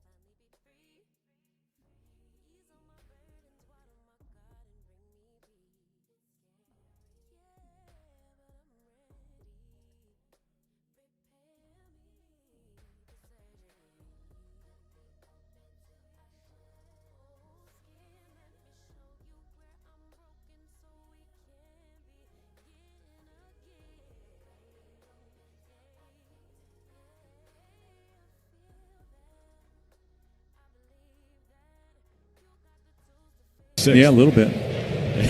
You a Buzz Lightyear or a Toy Story? I mean, a Woody. I went with Woody. I was a fan of that Slinky dog. You remember that one? Yes. The splitter runs low. It's a ball and a strike. Yeah, tell you what, Toy Story 2 was really good. That's when they were going to ship Woody and his other farm friends off to Japan, but Buzz Lightyear and the gang saved him. There allegedly were 2 movies after that, too. 1-1 to Stowers. I want a called strike on the outside edge. A sweeper and a perfect one from Wheeler on pitch number 90 on his night. Yeah, I think I've only seen the first 2, and that was it. And I'm done. Yeah. 1-2. Stowers swings and misses. That was a splitter that dove off the plate low and away. And even on the 91st pitch, Wheeler looks like Wheeler. There's one man gone to the 6th on his 9th punch-out. Well, it has good numbers against the Marlins. Basically a full season, 27 starts, 13-4, a 2.68 ERA. That ERA will go down a little bit if it stays the same. We talked about this during his start in Miami. If you were to show us those numbers, first pitch to Xavier Edwards in for a called strike, and it's 0-1 over the course of a full season, where does he finish in Cy Young voting? Pretty high. Yeah, I would think. But he has a guy in his own rotation that might take it away. 0-1 misses low and away. Wheeler will get some down-ballot Cy Young love this year, surely, with the way he's throwing. But the 3-horse race at the top of the NL Cy Young race, utterly insane. Now, Sanchez was hit with a loss yesterday in Milwaukee. Christopher Sanchez sporting an ERA in the 1.8 range. It is Mizorowski's to lose at this point. 1-1. That one missed inside. Jacob Mizorowski and Kyle Harrison, a guy who could get some down-ballot Cy Young love as well. They threw 2 of the 3 games against the Phillies in Milwaukee this weekend. And 2 out of 3 games in Milwaukee, Philly did not get a base runner to second base. 2-1 is cut on and missed. And it's 2-2. Like our series against the Mets. Yeah. When we were at home. It was a 3-game sweep, and the Mets had nothing going. It was 2 runs in 3 games. Mizorowski faced the minimum in his complete game shutout with 15 punch-outs. Kyle Harrison went 6 scoreless yesterday. And they just pieced it together in that pen. Aaron Ashby through the 8th and 9th. Milwaukee's a tough test. Thankfully, halfway home in the season series with them. 2-2 to X. That one a bouncer right at the slightly shifted third baseman Sosa. He fires across the diamond. That's on target for out number 2 here in this top of the 6th. And the Brewers' McGill is on the shelf, right? Or did he come back? It's a good question. Their closer. Now, Trevor McGill was going through a rut where he was just brutal at the beginning of the year. But Trevor McGill, healthy in that pen. Okay.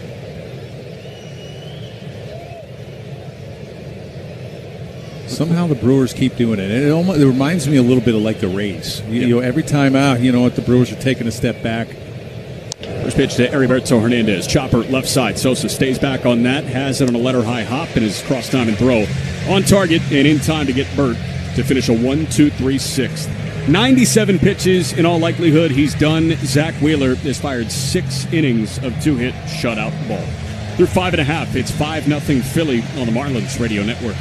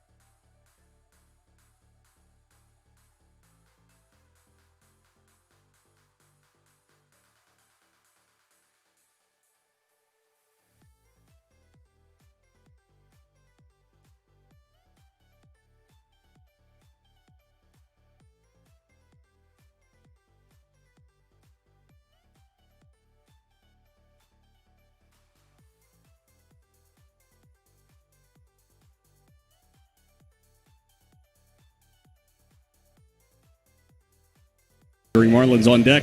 Listen here or watch on X at Marlins Radio. Little Mac and Steve's. First pitch from Will Kempner to Kyle Schwarber. Check swing, and he did offer it that. It's 0-1. You got Philly in Philly against Philly tomorrow, right? I did. He was awesome. He's become such a good bite, especially now in a starter capacity, so he's forced to talk the day before his outing.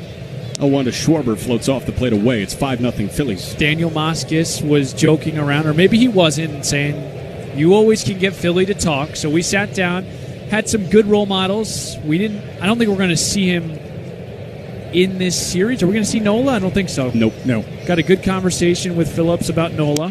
1-1 to Schwarber is trickled foul, first base side. And he dropped a lot of stuff in his last postgame, talking about how he's not going to slap himself anymore. Instead, he's got a photo in the clubhouse that once there's 2 outs, he will walk over to that photo and just stare at it. Didn't reveal what the photo was. You guys haven't found that out yet? Classified. Won't tell us. He said it's not bad, but he would prefer to keep it away from the public eye. Maybe it's some of the Toy Story characters. Yeah. Maybe that Slinky dog. 1-2 to Schwarber. That one crushed. High in the air, foul down the right field line to the second deck, but about 100 feet to the right of the pole. I count 1-2 on Kyle Schwarber. No, it's got to be. I mean, he's a real big personality, so he's got 4 days off before he has to work again, Tyler. It'll be interesting to see what happens once Yuri gets back. Schwarber, he takes a called third strike. That's a punch out for Kempner against the Philly leadoff man. And there's one man gone here in the bottom of the sixth for Trey Turner. Kempner's done a really nice job out of that bullpen. Now, last time he threw was on Wednesday, where he threw 2 innings against the Diamondbacks. Little side armor. Has some good velocity, good heat on that fastball, slider, changeup. He's got some spunkiness to him, too. He does.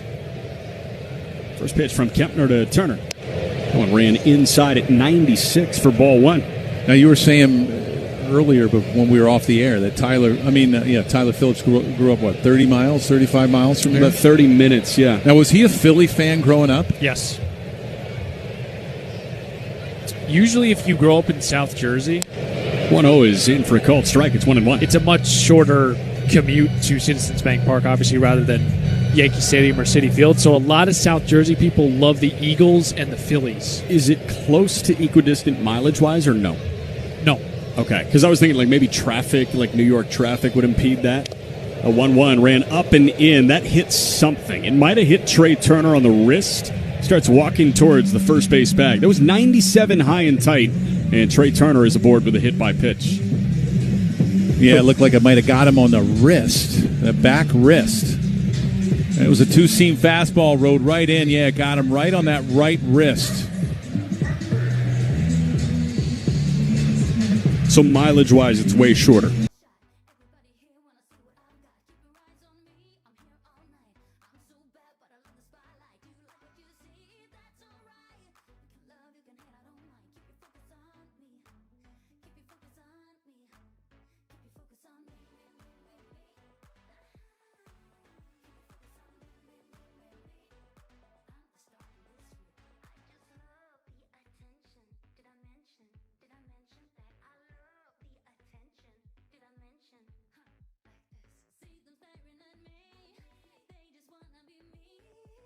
And Kempner seeing Bryce Harper now. With Turner at first. The first pitch from Will. Harper takes low and in for ball 1. This is going to be perplexing with Gusto because, you look at what he did against Schwarber, Turner, and Harper, and they went 1 for 8. It's really the bottom of the lineup that hurt him. Yeah, Schwarber, he was 1 for 3 with a punch out. Turner was 0 for 3. Harper walked his first time, but has bounced out and lined out the track the other way. 1-0 from Kempner.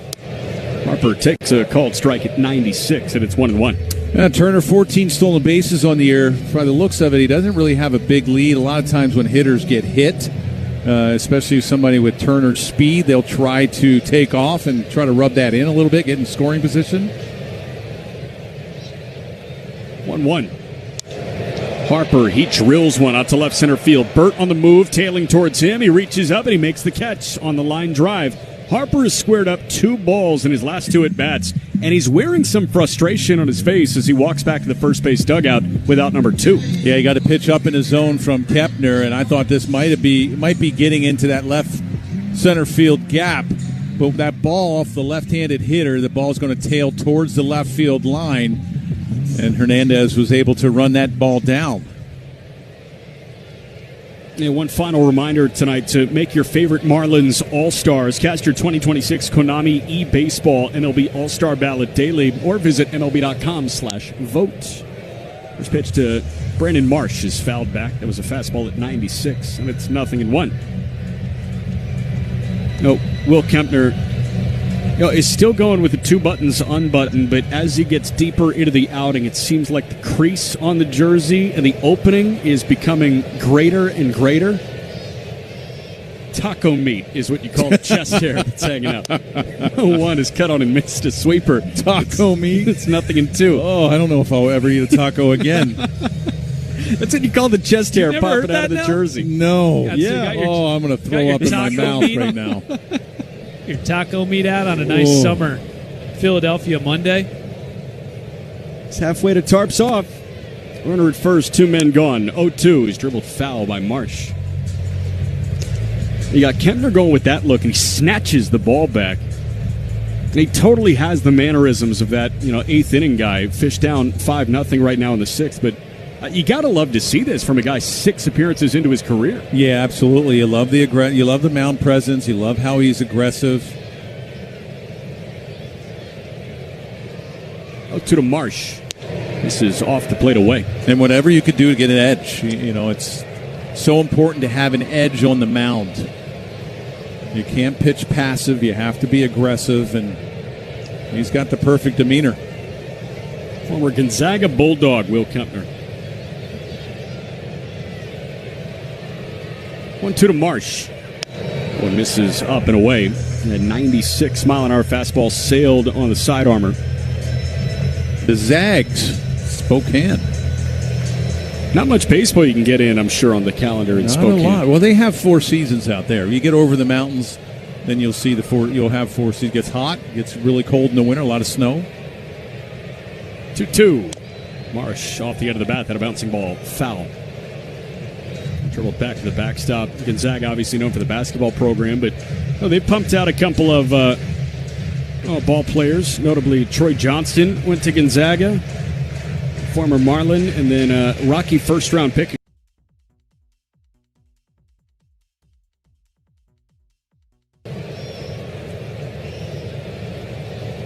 Turner still at first, the 2-2 again. Marsh takes off the plate away. Count runs full with 2 men gone to the bottom of the 6th. And again, 5-0 Phillies over the Fish. It's a small school. I think it's only maybe 7,000 students. Did you ever get to go to a game at the Kennel? No. I've driven past there quite a bit it's off of I-90 when you go over the mountains and you're heading into Idaho and in Montana, so you drive through it. Turner gets a head start at first. Kempner set. And his payoff to Marsh on the way. And Marsh swings and misses. That was a sweeper. Started off the plate. Might have stayed off the plate, but Marsh chased off the plate away. That's a punch out for Kempner, and he strands the one out hit by pitch. We go to the 7th. It's 5-0 Philly on the Marlins Radio Network.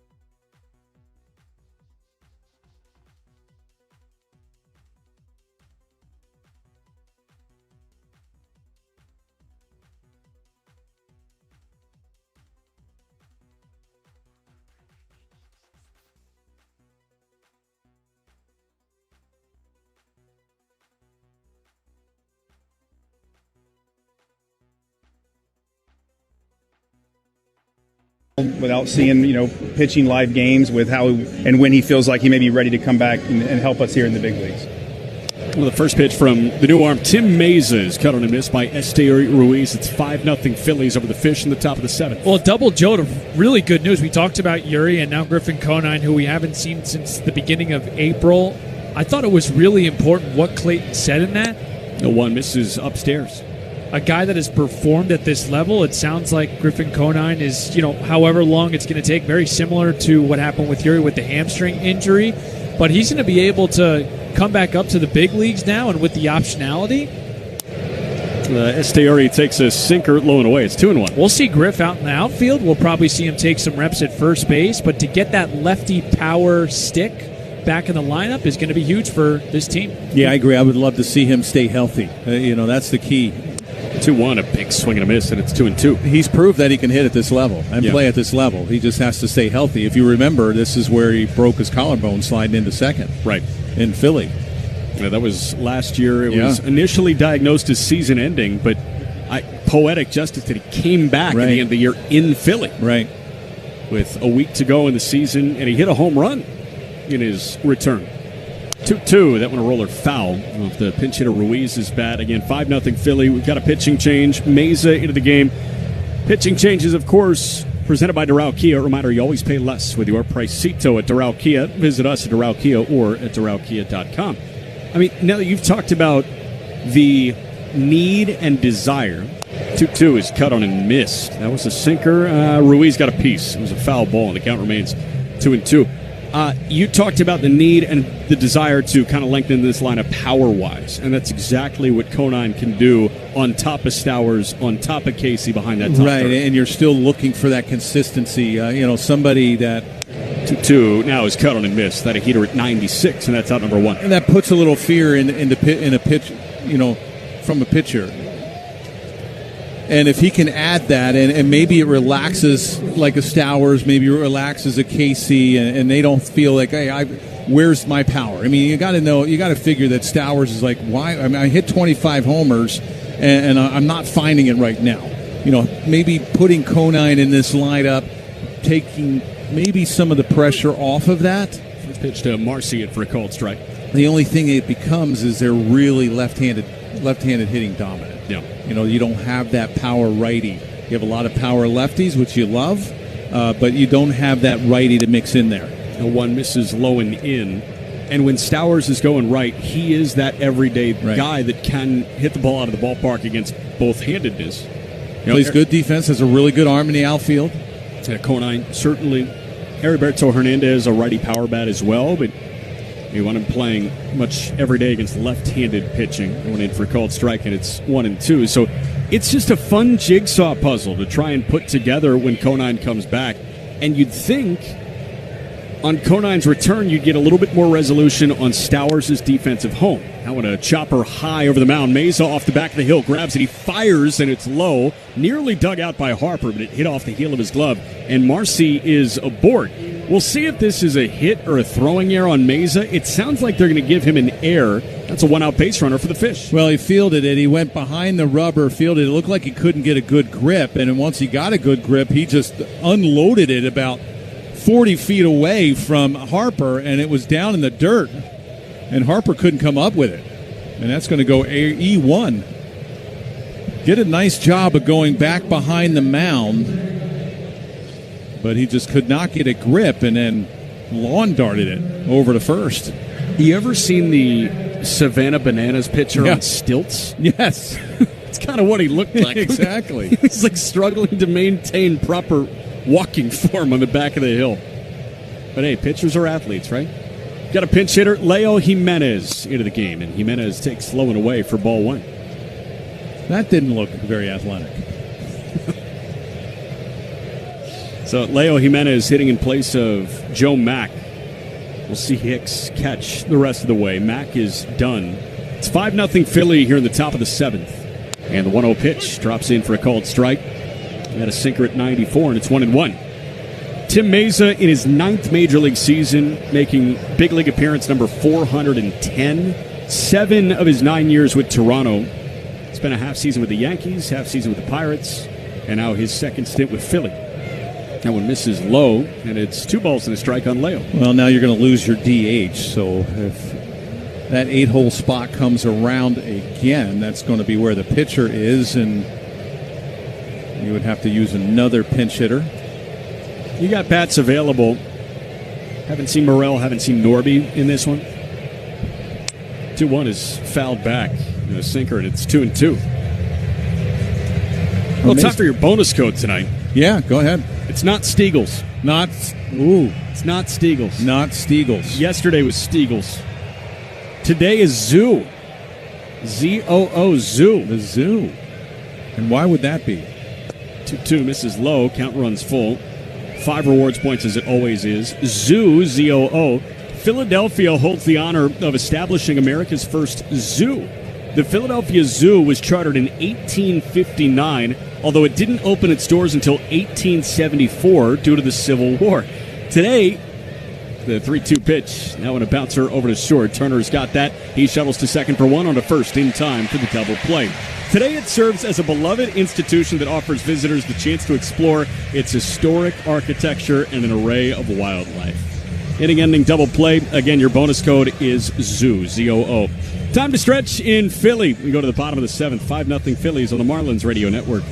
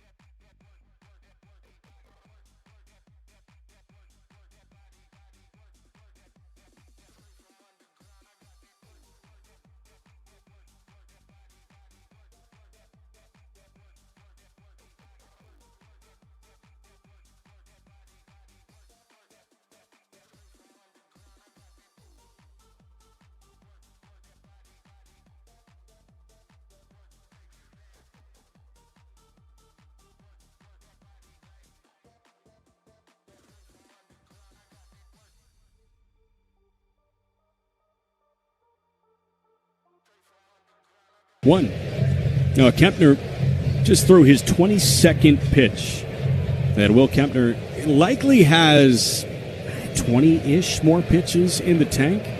And we'll see if the Marlins can get through this ball game with gusto in Kempner. 0-1 is cut on and missed. Now, obviously, if result changes and the Marlins mount their comeback in the 8th and 9th, that would dictate a change to a higher leverage arm. And we'll see. Again, 5-0 Phillies right now. Philly got a run in the second on Rincones, his first major league hit and homer, and 2 in the third, 2 more in the fifth on the Real Muto homer. 0-2 from Kempner to Stott on the way. And Stott fouls it back.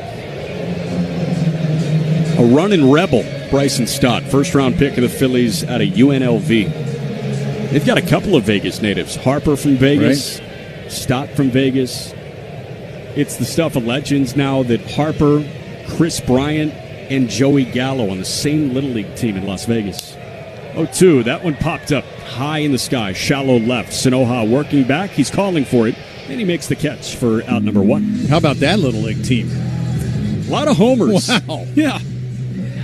Whole bunch of juice. I mean, we talk about Xavier Edwards and Vientos and Tristan Casas growing up playing baseball together, but you've got Bryant, Harper, and Gallo. The combined, cumulative salaries for those guys, I mean, that's a $500 million Little League team there. Crazy. No, Kempner seeing Real Muto.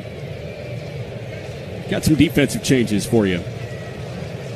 First pitch to Real Muto. That one a line shot and a jumping grab by Lopez. He timed a little bunny hop perfectly. Otto kind of wincing. That might have caught him on the heel of his glove, but he still made the catch on a hard-hit line out. There are 2 men going. Well, again, Real Muto being aggressive on the first pitch. Nice catch. Lopez got some ups. Timed it well. Kempner now seeing Gabriel Rincones Jr. It's solo shot. So an RBI fielder's choice and a fly out to center. First pitch, check swing. He might have offered, but he takes off the plate away. An appeal to Ryan Blakeney at third, and said Rincones did not go, and that's ball one. New outfield look, you got Esteury Ruiz. He's in left field. Heriberto Hernandez with a pivot from left to right. And again, Liam Hicks. He's doing the catching instead of Mack. Now, okay, so curious what the issue is. You might have heard the crew chief, Trip Gibson, talking to Clayton McCullough on the crowd mic. You know, Clayton wanted, it looks like a challenge of that pitch. It was ball one. That Hicks did not challenge. There was an appeal to the third base umpire on a check swing instead. 1-0 pitch is fouled back, and it's 1-1. Yeah, I don't. Well, bench can't challenge. It's got to be the catcher, and they got to do it right away, and that would be Hicks now behind the plate. Yeah, I don't know what they were barking at. They already went down to the third base umpire and Blakeney. 1-1 is in for a called strike, and it's 1-2. Just weird that would be the hang-up right now, especially on the first pitch. They count a ball and 2 strikes, 2 men gone, bases empty. We're in the bottom of the 7th, and again, 5-0 Philly over the Fish. 1-2 from Will Kempner on the way. One spun inside, a fastball. You know, Kempner already gotten 6 outs in the 7 hitters that he's faced. He's hit a batter. He's punched out 2. No hits against Will Kempner. Alrighty, with the underbite, kind of scowl, fires the 2-2. And that one flicked back and foul. That was a sinker at 94. Yeah, 31 pitches. He's done a nice job. The Marlins do not have anyone up in the bullpen. You wonder, will he go back out to try to finish this up?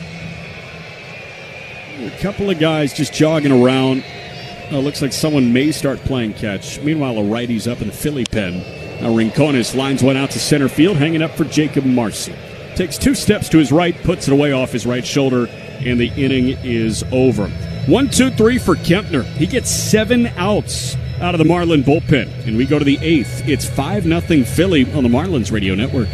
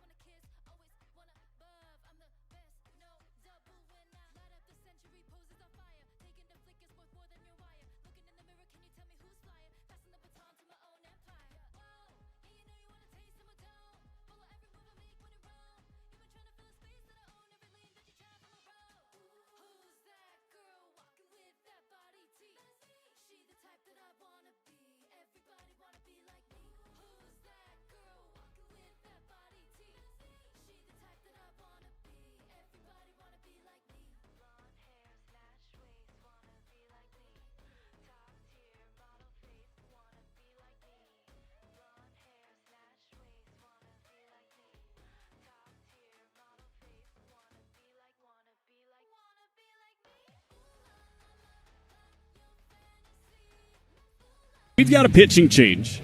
We also have a defensive change. Notable for Philly that Alec Boehm is into the game to play third base. The right-hander, Jonathan Bolin. He's into the contest, and the pitch misses up and in to Sanoha. You know, Boehm was a little bit banged up over the weekend in Milwaukee, but Boehm comes into play third base.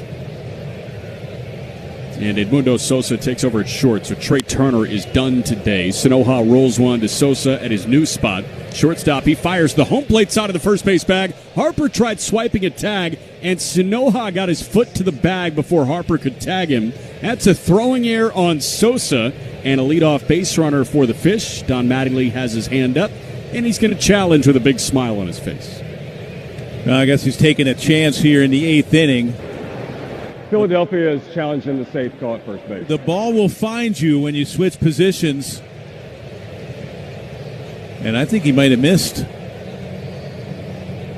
I think that tag, I think Sanoja might, unless they got him on the right chest or the left chest area. So usually when the tag is swiped, it is behind the base runner. This one was in front of the base runner. And the question is, did he clip Sanoja working by? Javi got his left foot onto the bag. The question is, did Harper catch Sanoja in like the left armpit before he got his foot on the bag? It's not a matter of timing. It's a matter of if the glove grazed Sanoja. And again, Harper had to come off the first base bag to the home plate side.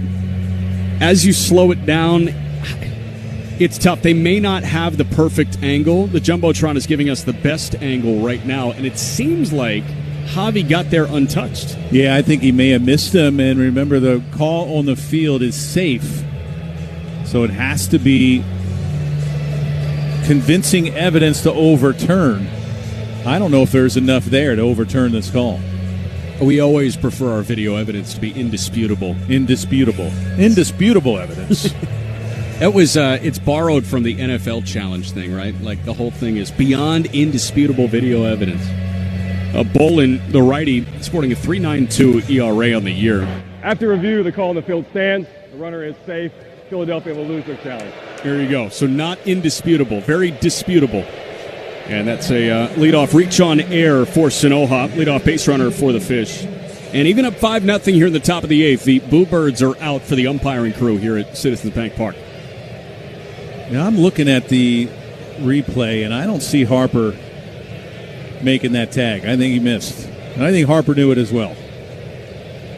Well, now it's Liam Hicks against Bolin. That one misses low for ball one. We'll see how Philly wants to go about their bullpen usage today. They've gone Meza and Bolin trying to get through the 7th and the 8th. Now, they still have 4 super high-leverage arms that are high-octane relievers. 1-0 misses low and away, and none of them worked yesterday. Now, Meza and Bolin didn't work yesterday either, but you got Alvarado, the lefty, and then trio righties, Orion Kerkering, Brad Keller, and the closer, Yohan Duran. Bolin throws hard, upper 90s, 97, 98. About 60% of the time you're going to see that fastball. He's got a change, a sweeper, slider, curve. 2-0 is in for a called strike. About 30 pitches in his arsenal. Just like Gusto. Yeah, well, a reliever. You got a reliever that pitches 1 inning, and he's got 7 pitches. If you're lucky, he might get bingo by the end of the year. Yeah. 2-1. Going in for a called strike, and it's 2-2. So if you were a pitching coach, now, like, would you just tell those guys, okay, here's your arsenal, you're throwing 3 pitches, and you're just going to work on them like tirelessly? Yeah, reliever, you really don't need more than 3 pitches. If you're going multiple innings, maybe, but if you're a reliever that's just going to go 1 inning, sometimes just 2 pitches, sometimes 3 pitches, and starters. That one misses low, a sinker. You know, like, keep it simple. You know, you don't realize how hard it is to try to master when you have a 7-pitch arsenal, and the 2-seam, 4-seam is fastball. You know, so that doesn't count as 2 different pitches. It's just, 2 different actions on it, but it's still hard. Payoff pitch. That one a line shot that is through the right side of the infield for a base hit. Sanoja scurries into second base, takes a turn, but the throw comes back in from the right fielder Rincones. That's back-to-back base runners to open the top of the 8th inning with the Fish chasing a 5-0 deficit.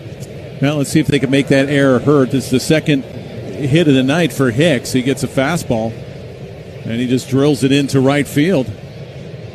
And the Marlins will not lay down, I tell you that. So you did the Tampa series on TV, yes, right? So McClanahan, 4-pitch mix, Four-seam slider, curveball, changeup. Caleb Cotham, by the way, the Philly pitching coach, out to chat with Bolin here real quick. And 5-0 Philly with 2 on, nobody out in the top of the 8th. Like, that's an arsenal that makes a lot of sense because it's 4 pitches. Yes. And he has near mastery of all 4. Yeah, you have a starting pitcher. You want pitches to go both sides of the plate. A lot of times you'll have the 4-seam fast, the 4-seam, 2-seam. You get some kind of breaking ball, and then you get a good changeup. Something that gets you off of that fastball.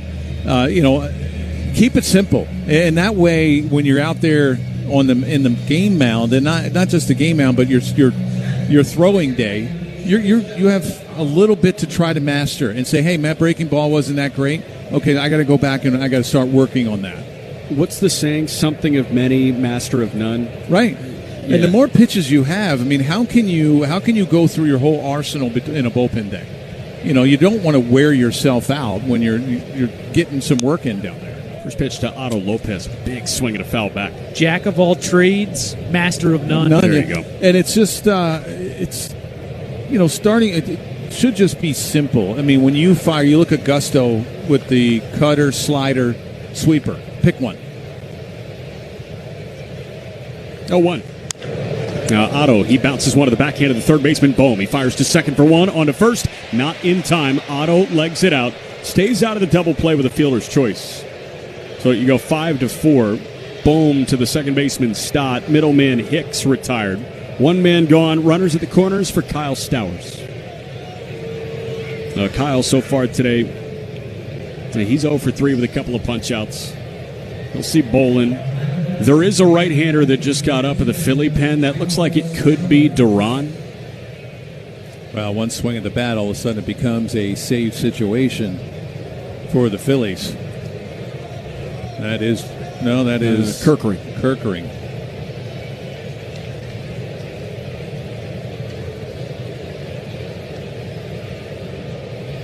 First pitch to Stowers. Swing and a miss. Got a fastball at 99 miles an hour. Nothing in 1. Yeah, good heater. Good 4-seam fastball away. I'm sure he'll try to stay away from Stowers. 0-1 from Bolin. His cut on and missed. He went high and tight at 98. Stowers chased about 2 balls above the top rail. It's 0-2. Yeah, look for him to try to stay up there. Real Muto, the catcher, he's in his catching position, really had that glove almost standing up in a way to get that 4-seamer upstairs, to give that location. Real Muto, 5 years in Miami before the last 8 in Philly. 0-2 to Kyle. That one misses upstairs. If it ain't broke, don't fix it. But Stowers laid off a pitch about neck high at 98. Sanoja at third. Otto at first. 5-0 Phillies in the top of the 8th inning. Right-hander Bolin set at the letters, and he fires. And it's cut on and missed. 4 pitches, all heaters, 98 or 99 up top, and Stowers swung underneath that. That's a punch-out for out number 2. Yeah, he stayed up top. That was about shoulder high. Another fastball by Stowers. And you're right, 4 straight in the upper 90s, and Stowers couldn't catch up to it.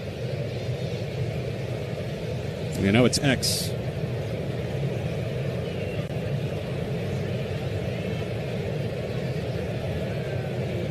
First pitch. Edwards swings and misses. Fastball at 99 right down Broadway. Yeah, he's got a good heater.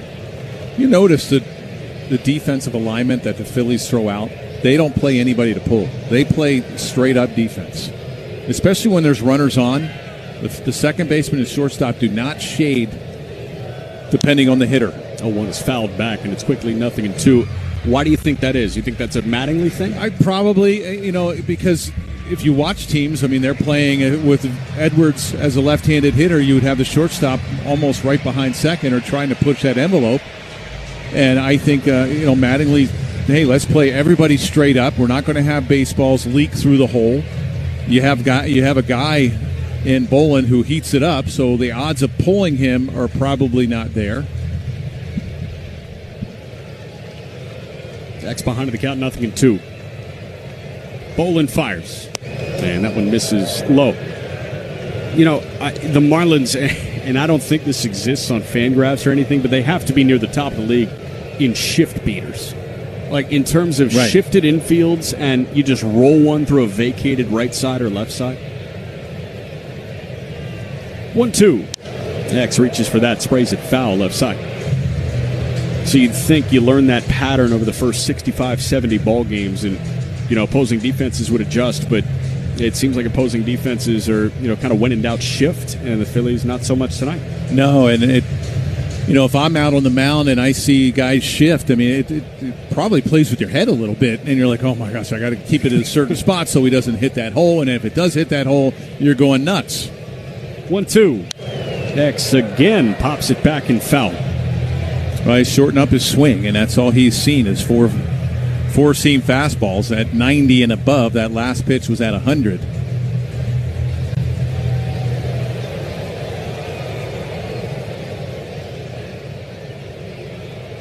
Runners at the corners, 2 gone. 1-2 is cut on and missed. A changeup. You get accustomed to 99 and 100, and a 93-mile-an-hour changeup looks like it's 73. X, he was out in front of that. He strikes out swinging, and the inning is over. Marlins strand 2. We go to the bottom of the 8th. It's 5-0 Phillies on the Marlins Radio Network.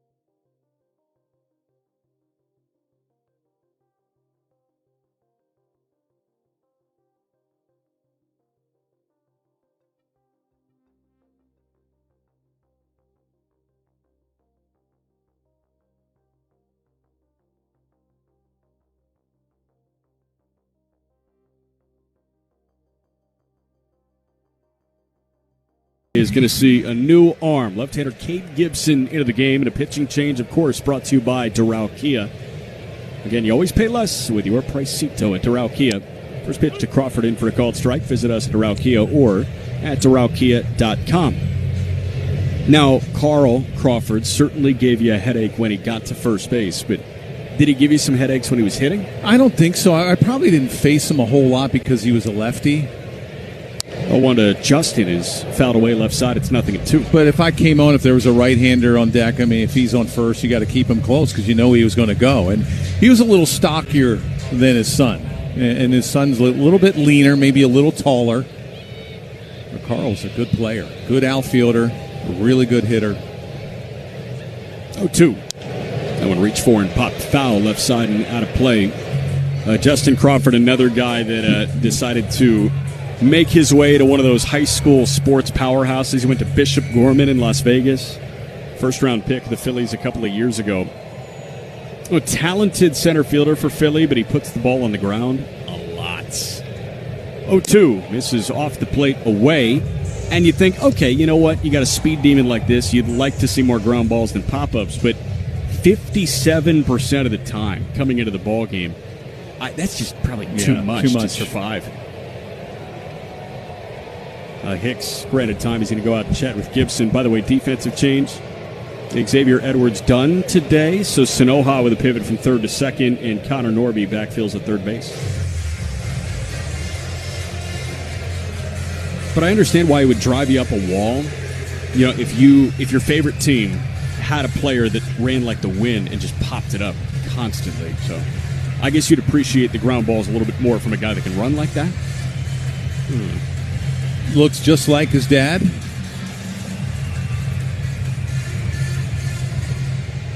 He's got that deep bend in the box. Lefty hitting center fielder. Kind of hunched over. Hands up near his left ear. Ready for the 1-2 from Cade. And he chased that. He just got a piece. Kind of flailed at a changeup that Gibson kind of yanked a little bit.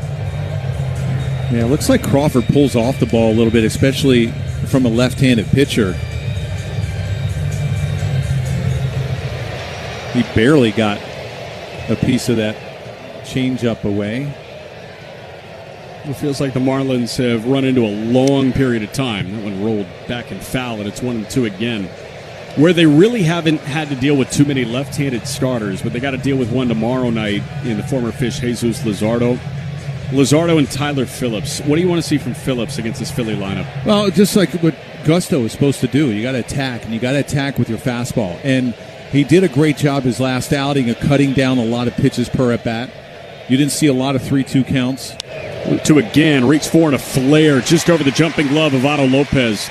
That might have been 3 balls off the plate, and Crawford just leaned and reached for that and flicked it into left center for his third hit tonight. Yeah, also left-handed pitcher. It looks like he really bails, and he pulls off the ball, but he covers a lot of the outside portion of the plate. That ball was probably 5, 6, 7 inches off the outside, and he was able to serve it into left field. That's Edmundo Sosa. First pitch, the 9-hitting now shortstop. Here's a bouncer foul, third base side. Real quick, let's pause. 10 seconds for station ID on the Marlins Radio Network. Marlins baseball on WQAM-FM and HD1 Miramar. WQAM-AM Miami. And Odyssey Sports Station. Powered by Anajar and Levine Accident Attorneys. Call 1-800-747-FREE. That one cut on a miss by Sosa in the counts 0-2. Again, 5-0 Phillies here in the bottom of the 8th. Due up in the top of the 9th, it'll be Hernandez, Ruiz, and Marcy. Just be aggressive with the fastball, locate it well. He stayed away from the 3-2 counts in last outing, so you didn't see the pitch count go crazy during an inning. If he can do that, you can see him go a little bit deeper.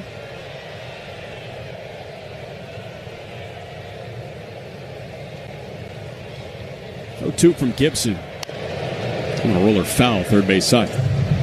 And with this type of team, with the Phillies, with their offense, they're a lot better than their numbers, and you can't get behind. You got to be ahead of these guys, and that way, it's in your favor. You can do whatever you want with them, but you have to locate that fastball. He likes to throw it up in the zone. The split's a good pitch for him. 2 misses low and away, a sinker at 91. And you were talking about Trey Turner. Kind of a sleeping giant. Like, he could get going at any point. The same could be said about Bichette, who started to get going for New York.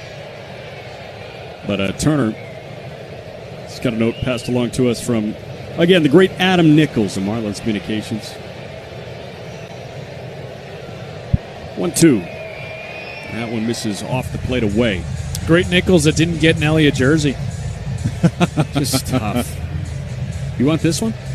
No, I'm good. You already wore it. I've been sweating in it all night. I know. That's why I'm not touching it. It's like the line from Ferris Bueller's Day Off. You want a gummy bear? They've been in my pocket. They're still warm. 2-2. That one a chopper right over the mound, and that dribbles into center field for a base hit. Crawford running hard around second, headed to third. Marcy flicks it back into second. That's a single for Sosa, and the 8 and 9 guys open the bottom of the 8th inning with back-to-back knocks. Back to the top, and Schwarber. Another hard chopper. It was a changeup down, and Sosa went out and got it. Hit about 2 feet in front of the plate, over top of Cade Gibson and into center field. And Crawford, first to third, runs like a deer.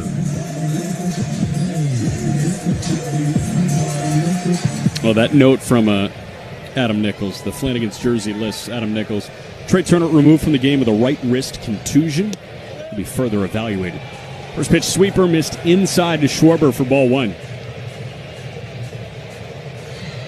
5-0 Philly, bottom 8. Game 1 of a 3-game set. Marlins hottest team in baseball right now. They're 10-2 in the month of June. 1-0. That one ran inside. A sinker at 92. And Schwarber backpedals out of the way, and he's nodding like, okay, I see you.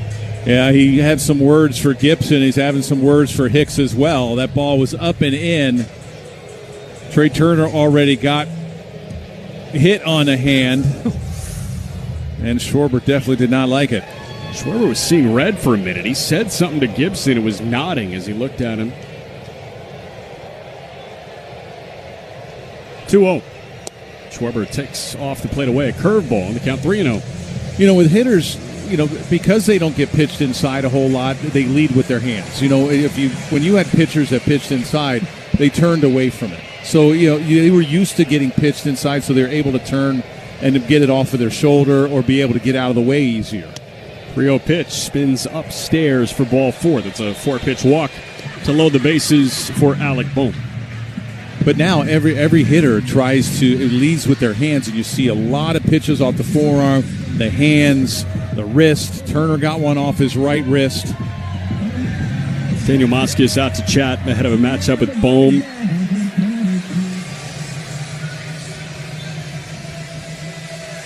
And again, Bohm came on as a defensive replacement for Turner.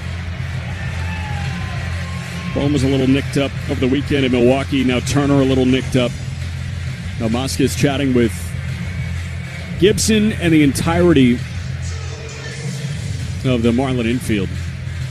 Well, with that pitch up and into Schwarber, it could have rattled Cade Gibson a little bit, and you want to settle him down.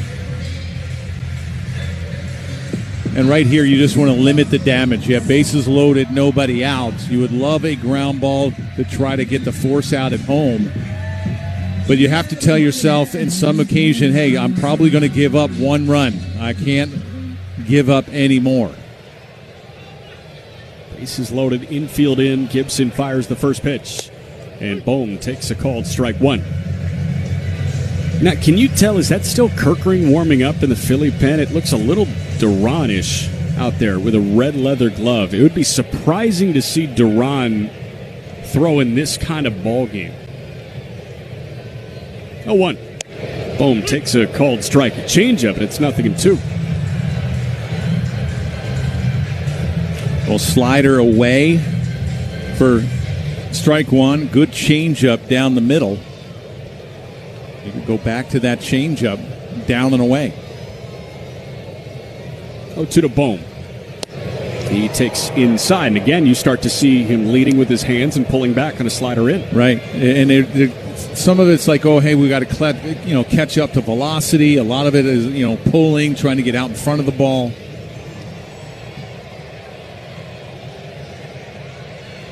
One, 2. Bohm lifts that one high in the air out to right. Hernandez backpedaling, ballpark holding this, but just shy of the track. Burt makes the catch. He fires it back into the second base bag. So Crawford tags and scores from third. Sosa pushes from second to third, and that's a sacrifice fly for Alec Bohm.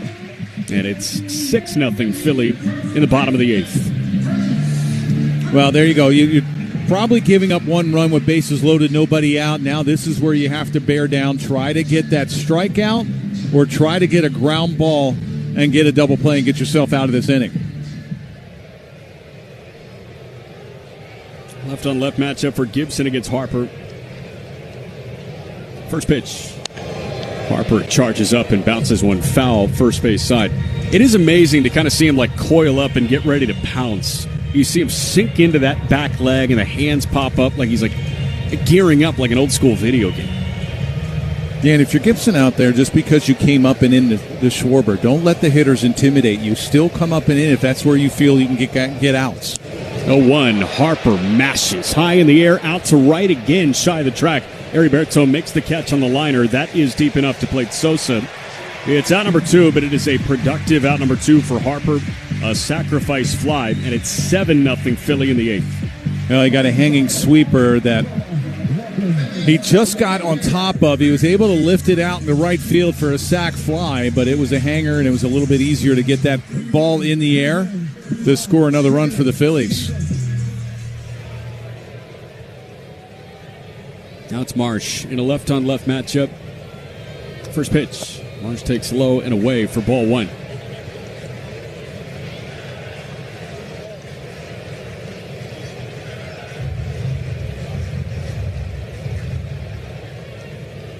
A 7-0 Philly in the bottom of the eighth.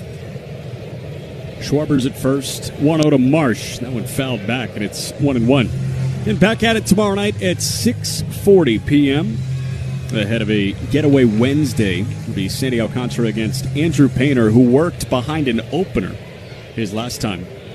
Painter has been, respectfully, the runt of the litter in the Philly rotation. 1-1. That one taken low and away.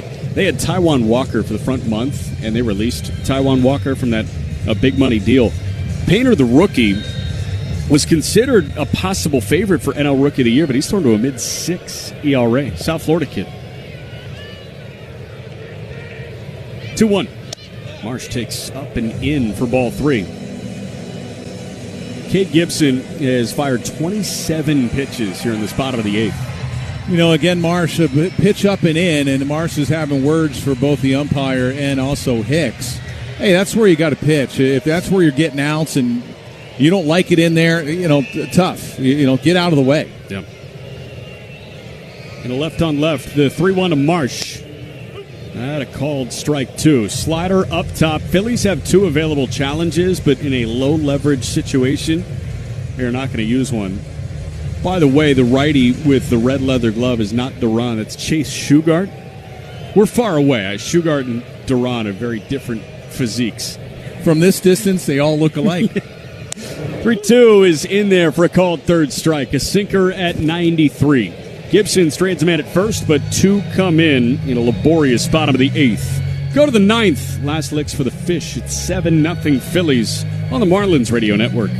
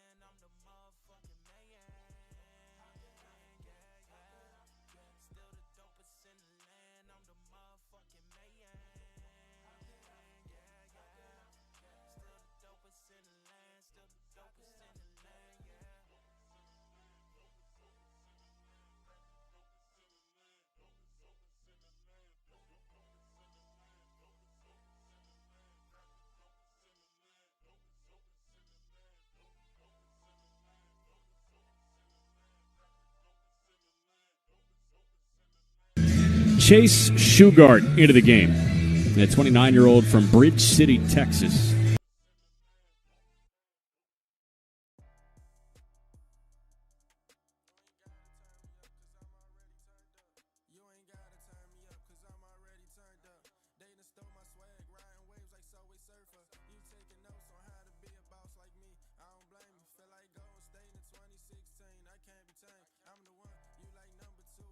White Sox, but Hill was acquired for it was either cash or international bonus pool money, some form of currency for Derek Hill, but international international money. Yes.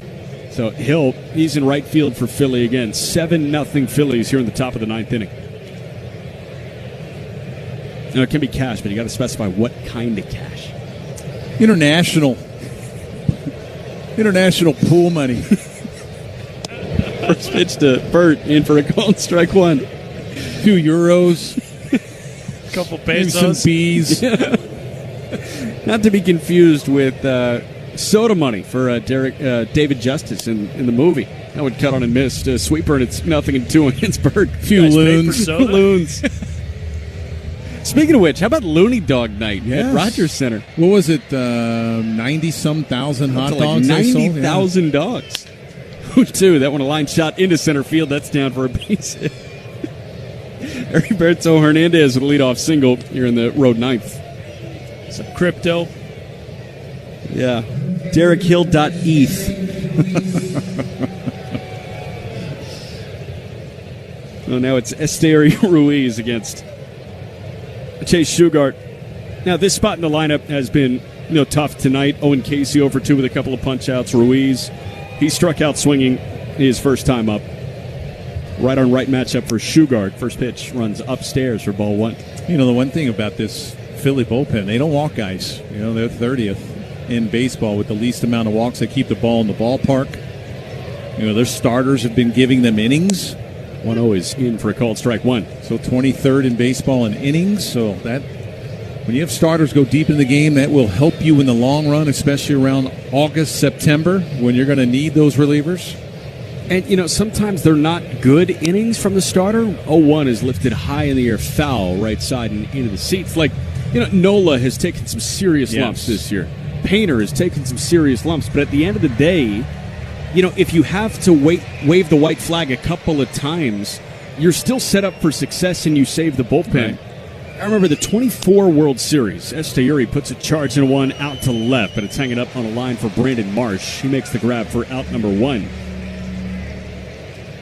In the Dodgers World Series run, I think it was the CS against the Mets. Dodgers won it in 6 games or something, and Brent Honeywell ate like 4 innings for the Dodgers. It was 3 or 4 innings. And a teammate, I think it was Max Muncy, came up to Honeywell after Game 6 and told him that what he did in Game 5 won him Game 6. It's kind of similar with a starter in the summer months. Marcy lines one out to left, might be hanging up for Marsh. He sprints in and he makes the grab for out number 2 here in this top of the ninth inning. But, you've got Painter, just wear it for 5 or 6 innings. Save your bullpen. You can save the big dogs like Duran, Alvarado, Kerkering, and Keller for the games that you win. And lo and behold, the Phillies might be pushing to 6 over 500. And also what it does when you're leaving a starter out there, you don't really want anyone to wear it, but it also gives them the experience of how do I get out of jams? My arm might be getting tired. How do I will myself through a start? First pitch to Connor Norby misses off the plate for ball one. When you're constantly getting into trouble and all of a sudden your manager's going out there and going to the bullpen, you really don't learn a whole lot. Yeah. Because then all of a sudden you get in trouble, you start looking over your shoulder and say, hey, I need help. You start waving the white flag and phoning a friend. 1-0 is cut on and missed. It's 1-1. And you're not learning how to get yourself out of your own jams. And that way, hey, go out there. You might give up 6 or 7 runs, but you're going to learn from it. And the moment you do start looking over your shoulder to the pen is probably when you could get a little lost. Yes. 7-0 Philly, top of the ninth. Runner at first, 2 gone, and Norby pops one foul right side and into the seats. It's 1-2. Norby getting his first plate appearance today. He's hitting in place of Jacob Marcy. He's hitting in place of Joe Max / Leo Jimenez. Next pitch. That one in there for a called third strike. Norby goes down looking, and that is the ball game. Marlins fall in the series opener to the Philadelphia Phillies here on Monday night, and the Phillies win it in shutout fashion. 7-0 the final score. Totals.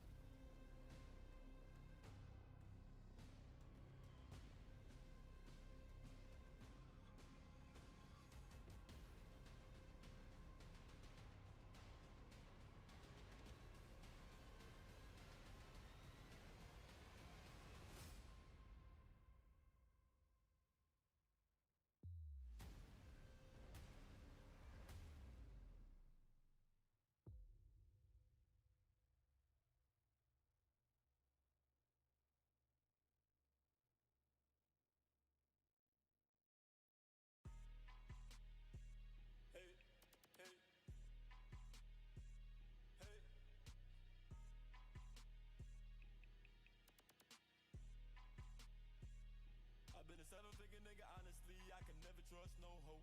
We was passing grams like Magic Johnson, used to get it off on the road. Like AI, I come with a rock, I ain't got the answers for you though. I caught the A train downtown, baby girl said she want more smoke. Then I go back up north, uptown, baby said she want the poke. I'm in Amsterdam, I ain't paying for it, I ain't even think about a hoe. I'm like James Harden, got a couple clippers that will go and get it up the